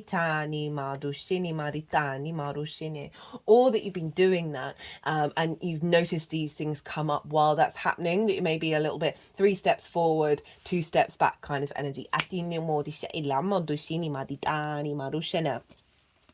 We've got the Six of Pentacles and the Chariot. The Six of Pentacles is about rebalancing. If you see here, right, so I haven't had the opportunity to do this. They both have the same hand gesture. And same with the Hierophant. It's not in this deck, it doesn't, but in the traditional Rider-Waite, this is the benediction. This is the blessing. 2 fingers to above, 2 below, right? As above, so below. It's the bridge between the light and the dark. And you often see images of Christ and images of the Buddha with this energy, because it's about finding peace with duality. But it is about bringing in a blessing. So even though this feels difficult, the sun is rising. You've had to go through this in order to find deep wisdom within yourself. So the Six of Pentacles is saying that something's come along whether through your own doing or from the external world. So this can be your higher self, as well as an energy that is separate from you, that is like a teacher or a gift giver or an opportunity, that has brought this back into balance, of starting a new journey in the 3D world in relationship to how you value yourself, right? Rather than feeling scarcity or fear, which, because it's coming from the Five of Pentacles, where you feel left out in the cold. There's a real sense of that being put into balance, where you're no longer running yourself ragged for the weight of the world on your shoulders. You're no longer feeling like separate from everything else because of that immobilization, because things are coming back into balance, where you're recalibrating into your own value and truly appreciating yourself. Because the Chariot's shown up, and this is the card of victory. This is also Cancer. This is opposite your sign in the 7th house of one-to-one relationships. And so often our sense of value is distorted by the other, right? As well as those parental figures, and ancestral stuff in the 4th house as well. So there can have been a lot of activation around, in the 5th house of, okay, that's it. Uranus is in the 5th, which is also about pleasure and romance and dating. And so much can be distorted when we're dealing with that and our lack of self-worth.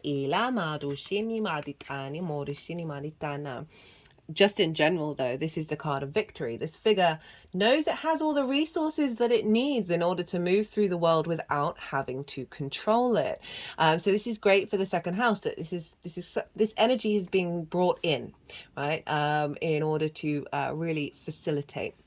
And this can also be, this sense of confidence within yourself that is being established, or building on the confidence that you already have. As I said, this doesn't necessarily mean that you are in this energy wholeheartedly, but certainly the more that we create space and the more we're at peace with difficult situations, it gives us the space and the energy in order to create and build, and then put a focus on those little tendrils that are still left, that have had this weight on us.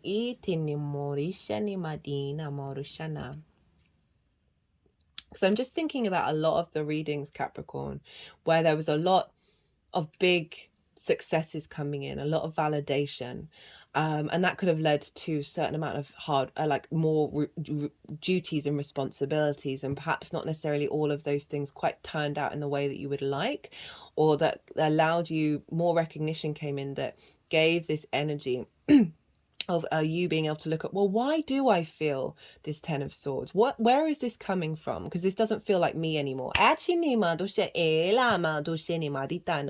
there is this sensation of things not quite being in the flow that you would have expected, right? We can't have expectations, but it's got you to this place of movement, of you being more confident within yourself, which is now being really re-enhanced by this energy of the new moon itself. Got the Hangman in reverse, got the 9 of Cups, Page of Cups, Knight of Pentacles, Knight of Cups. So we've got big activation energy of embodiment. Hangman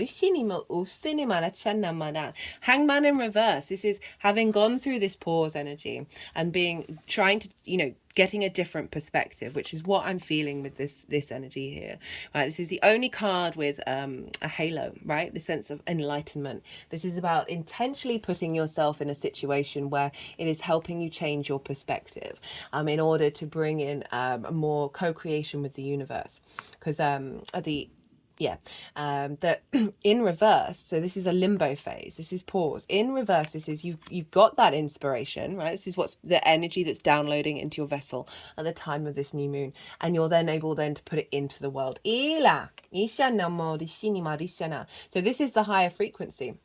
This is Neptune over in the sign of Pisces, of bringing that magic into the frequency of your skills and your resources, and through that being able to share wisdom and alter perspectives. Well, provide information that helps other souls decide whether they want to alter their perspective. 9 of Cups, Page of Cups, 2 nights. So this is feeling good about yourself. This is not the immobilization, not the burden. This is internal gratitude and contentment, a sense of abundance. Ila! And this is the genie in the bottle. So there's an element of what's being downloaded is bringing in wish fulfillment. So this can be, that activation of the wisdom around your skills and your tools, okay, and how you then manifest in the world. If you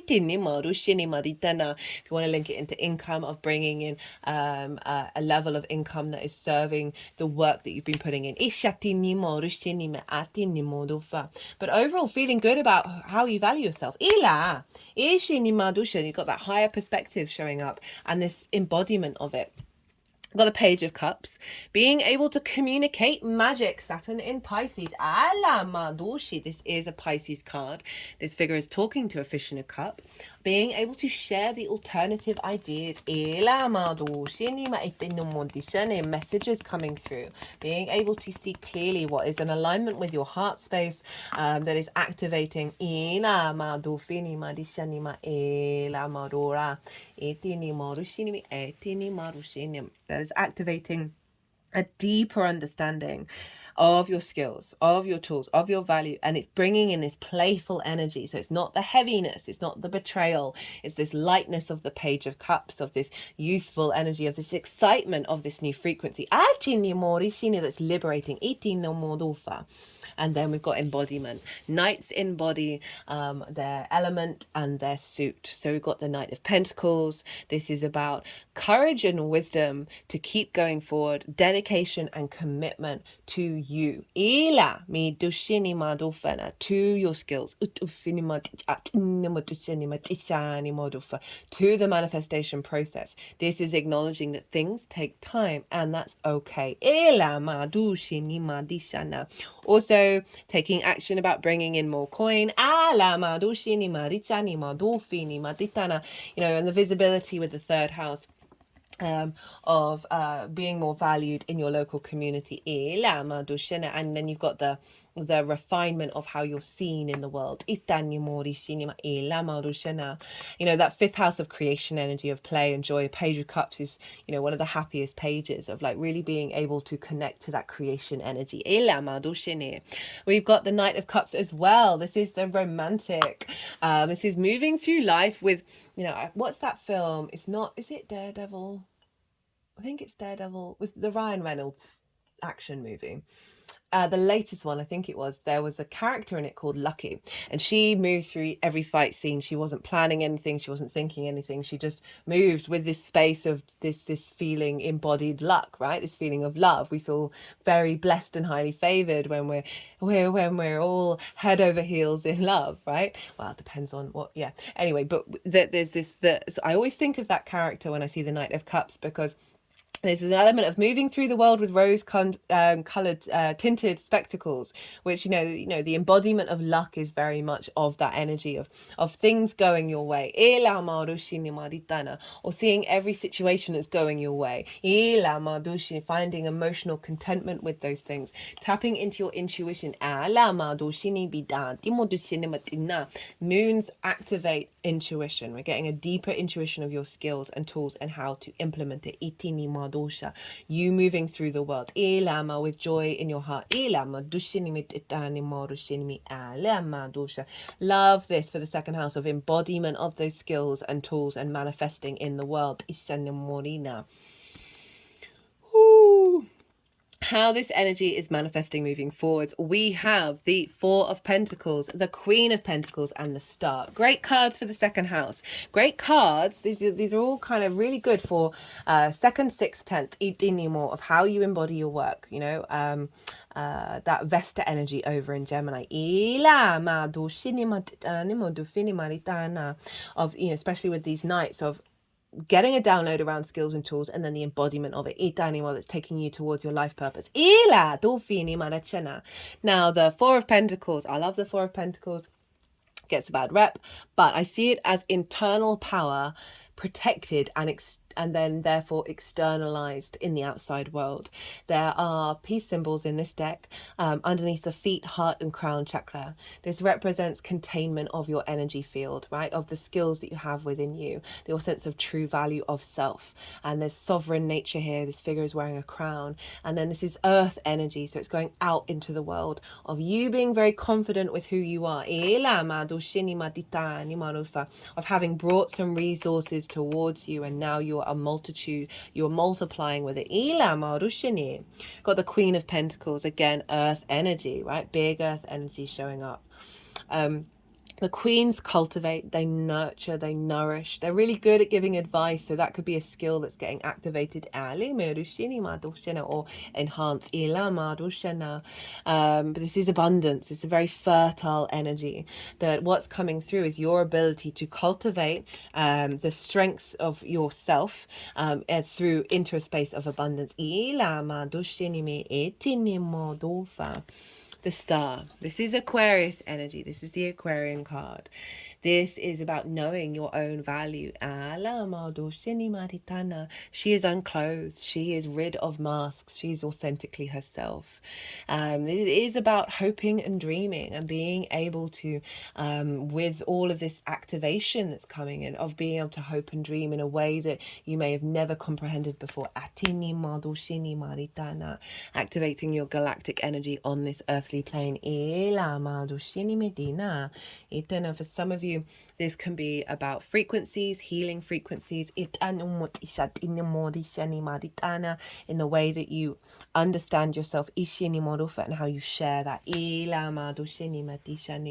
So very beautiful energy here.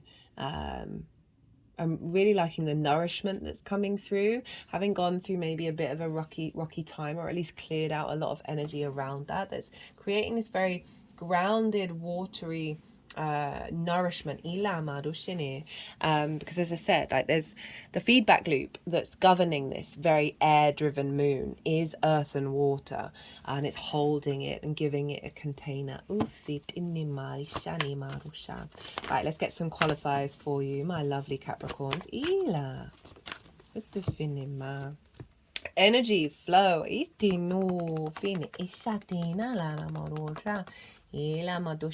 So what I'm getting with this one is, rather than that 10 of Wands, that burden or that immobilization, you're really able to activate and facilitate those skills and those resources that you have within you.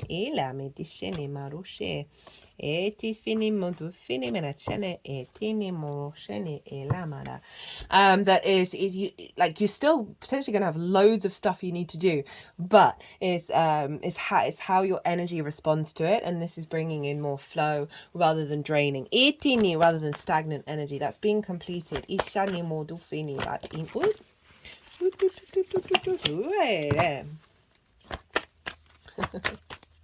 Right, let's see what else wants to come up for Capricorn. Excuse me, just drop that on the floor. Battle, good versus evil. I'm always very the good versus evil bit really makes me uneasy. So if we just limit it to the battle, of having gone through a difficult time that has felt like a battle, and you come out the other side of it, right? Good and evil is all subjective. Everything is inherently neutral. Cut the deck for the final card, and we've got balance coming in. It says miracles, combinations, environments. It's focusing on miracles, so maybe some of you have gone through a revelation and realizing, oh wow, how on earth did that happen? We've also got environments here where Saturn is. This is the Sagittarius card, which is in your 12th house, your hidden house, your house of mysteries. Right, it can be a bit of a difficult house, but it's very transformative. Cut the deck and got spiritual career, which is making me think about that Libra South Node. And spiritual career is just bringing meaning to your life purpose. Doesn't have to be limited to certain landscapes and connotations of what spiritual looks like. It's not bound by that. So perhaps there's been some things that have been cleared out and rebalanced in and alchemized with that Sagittarius energy in your 12th house.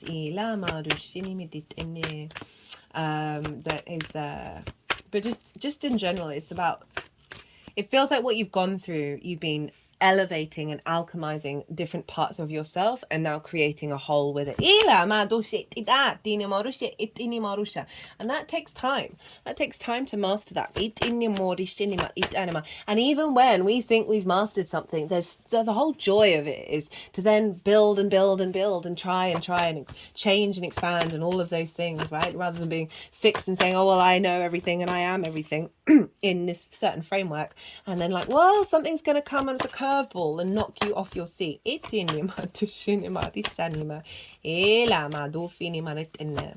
right, final card.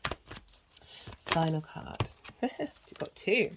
We've got new beginnings and individuality. So, as I said, this is bringing in a new frequency that's allowing us to go into new spaces from an individual space. This is kind of summing up that sort of Chiron energy in the 4th house. Cut the deck and got creativity. So it's kind of harnessing what I was saying about that 5th house energy of what's being built here is a sense of liberation around blocked energy. In the way that you find joy, in that creation pursuit of bringing pleasure into the way that you work.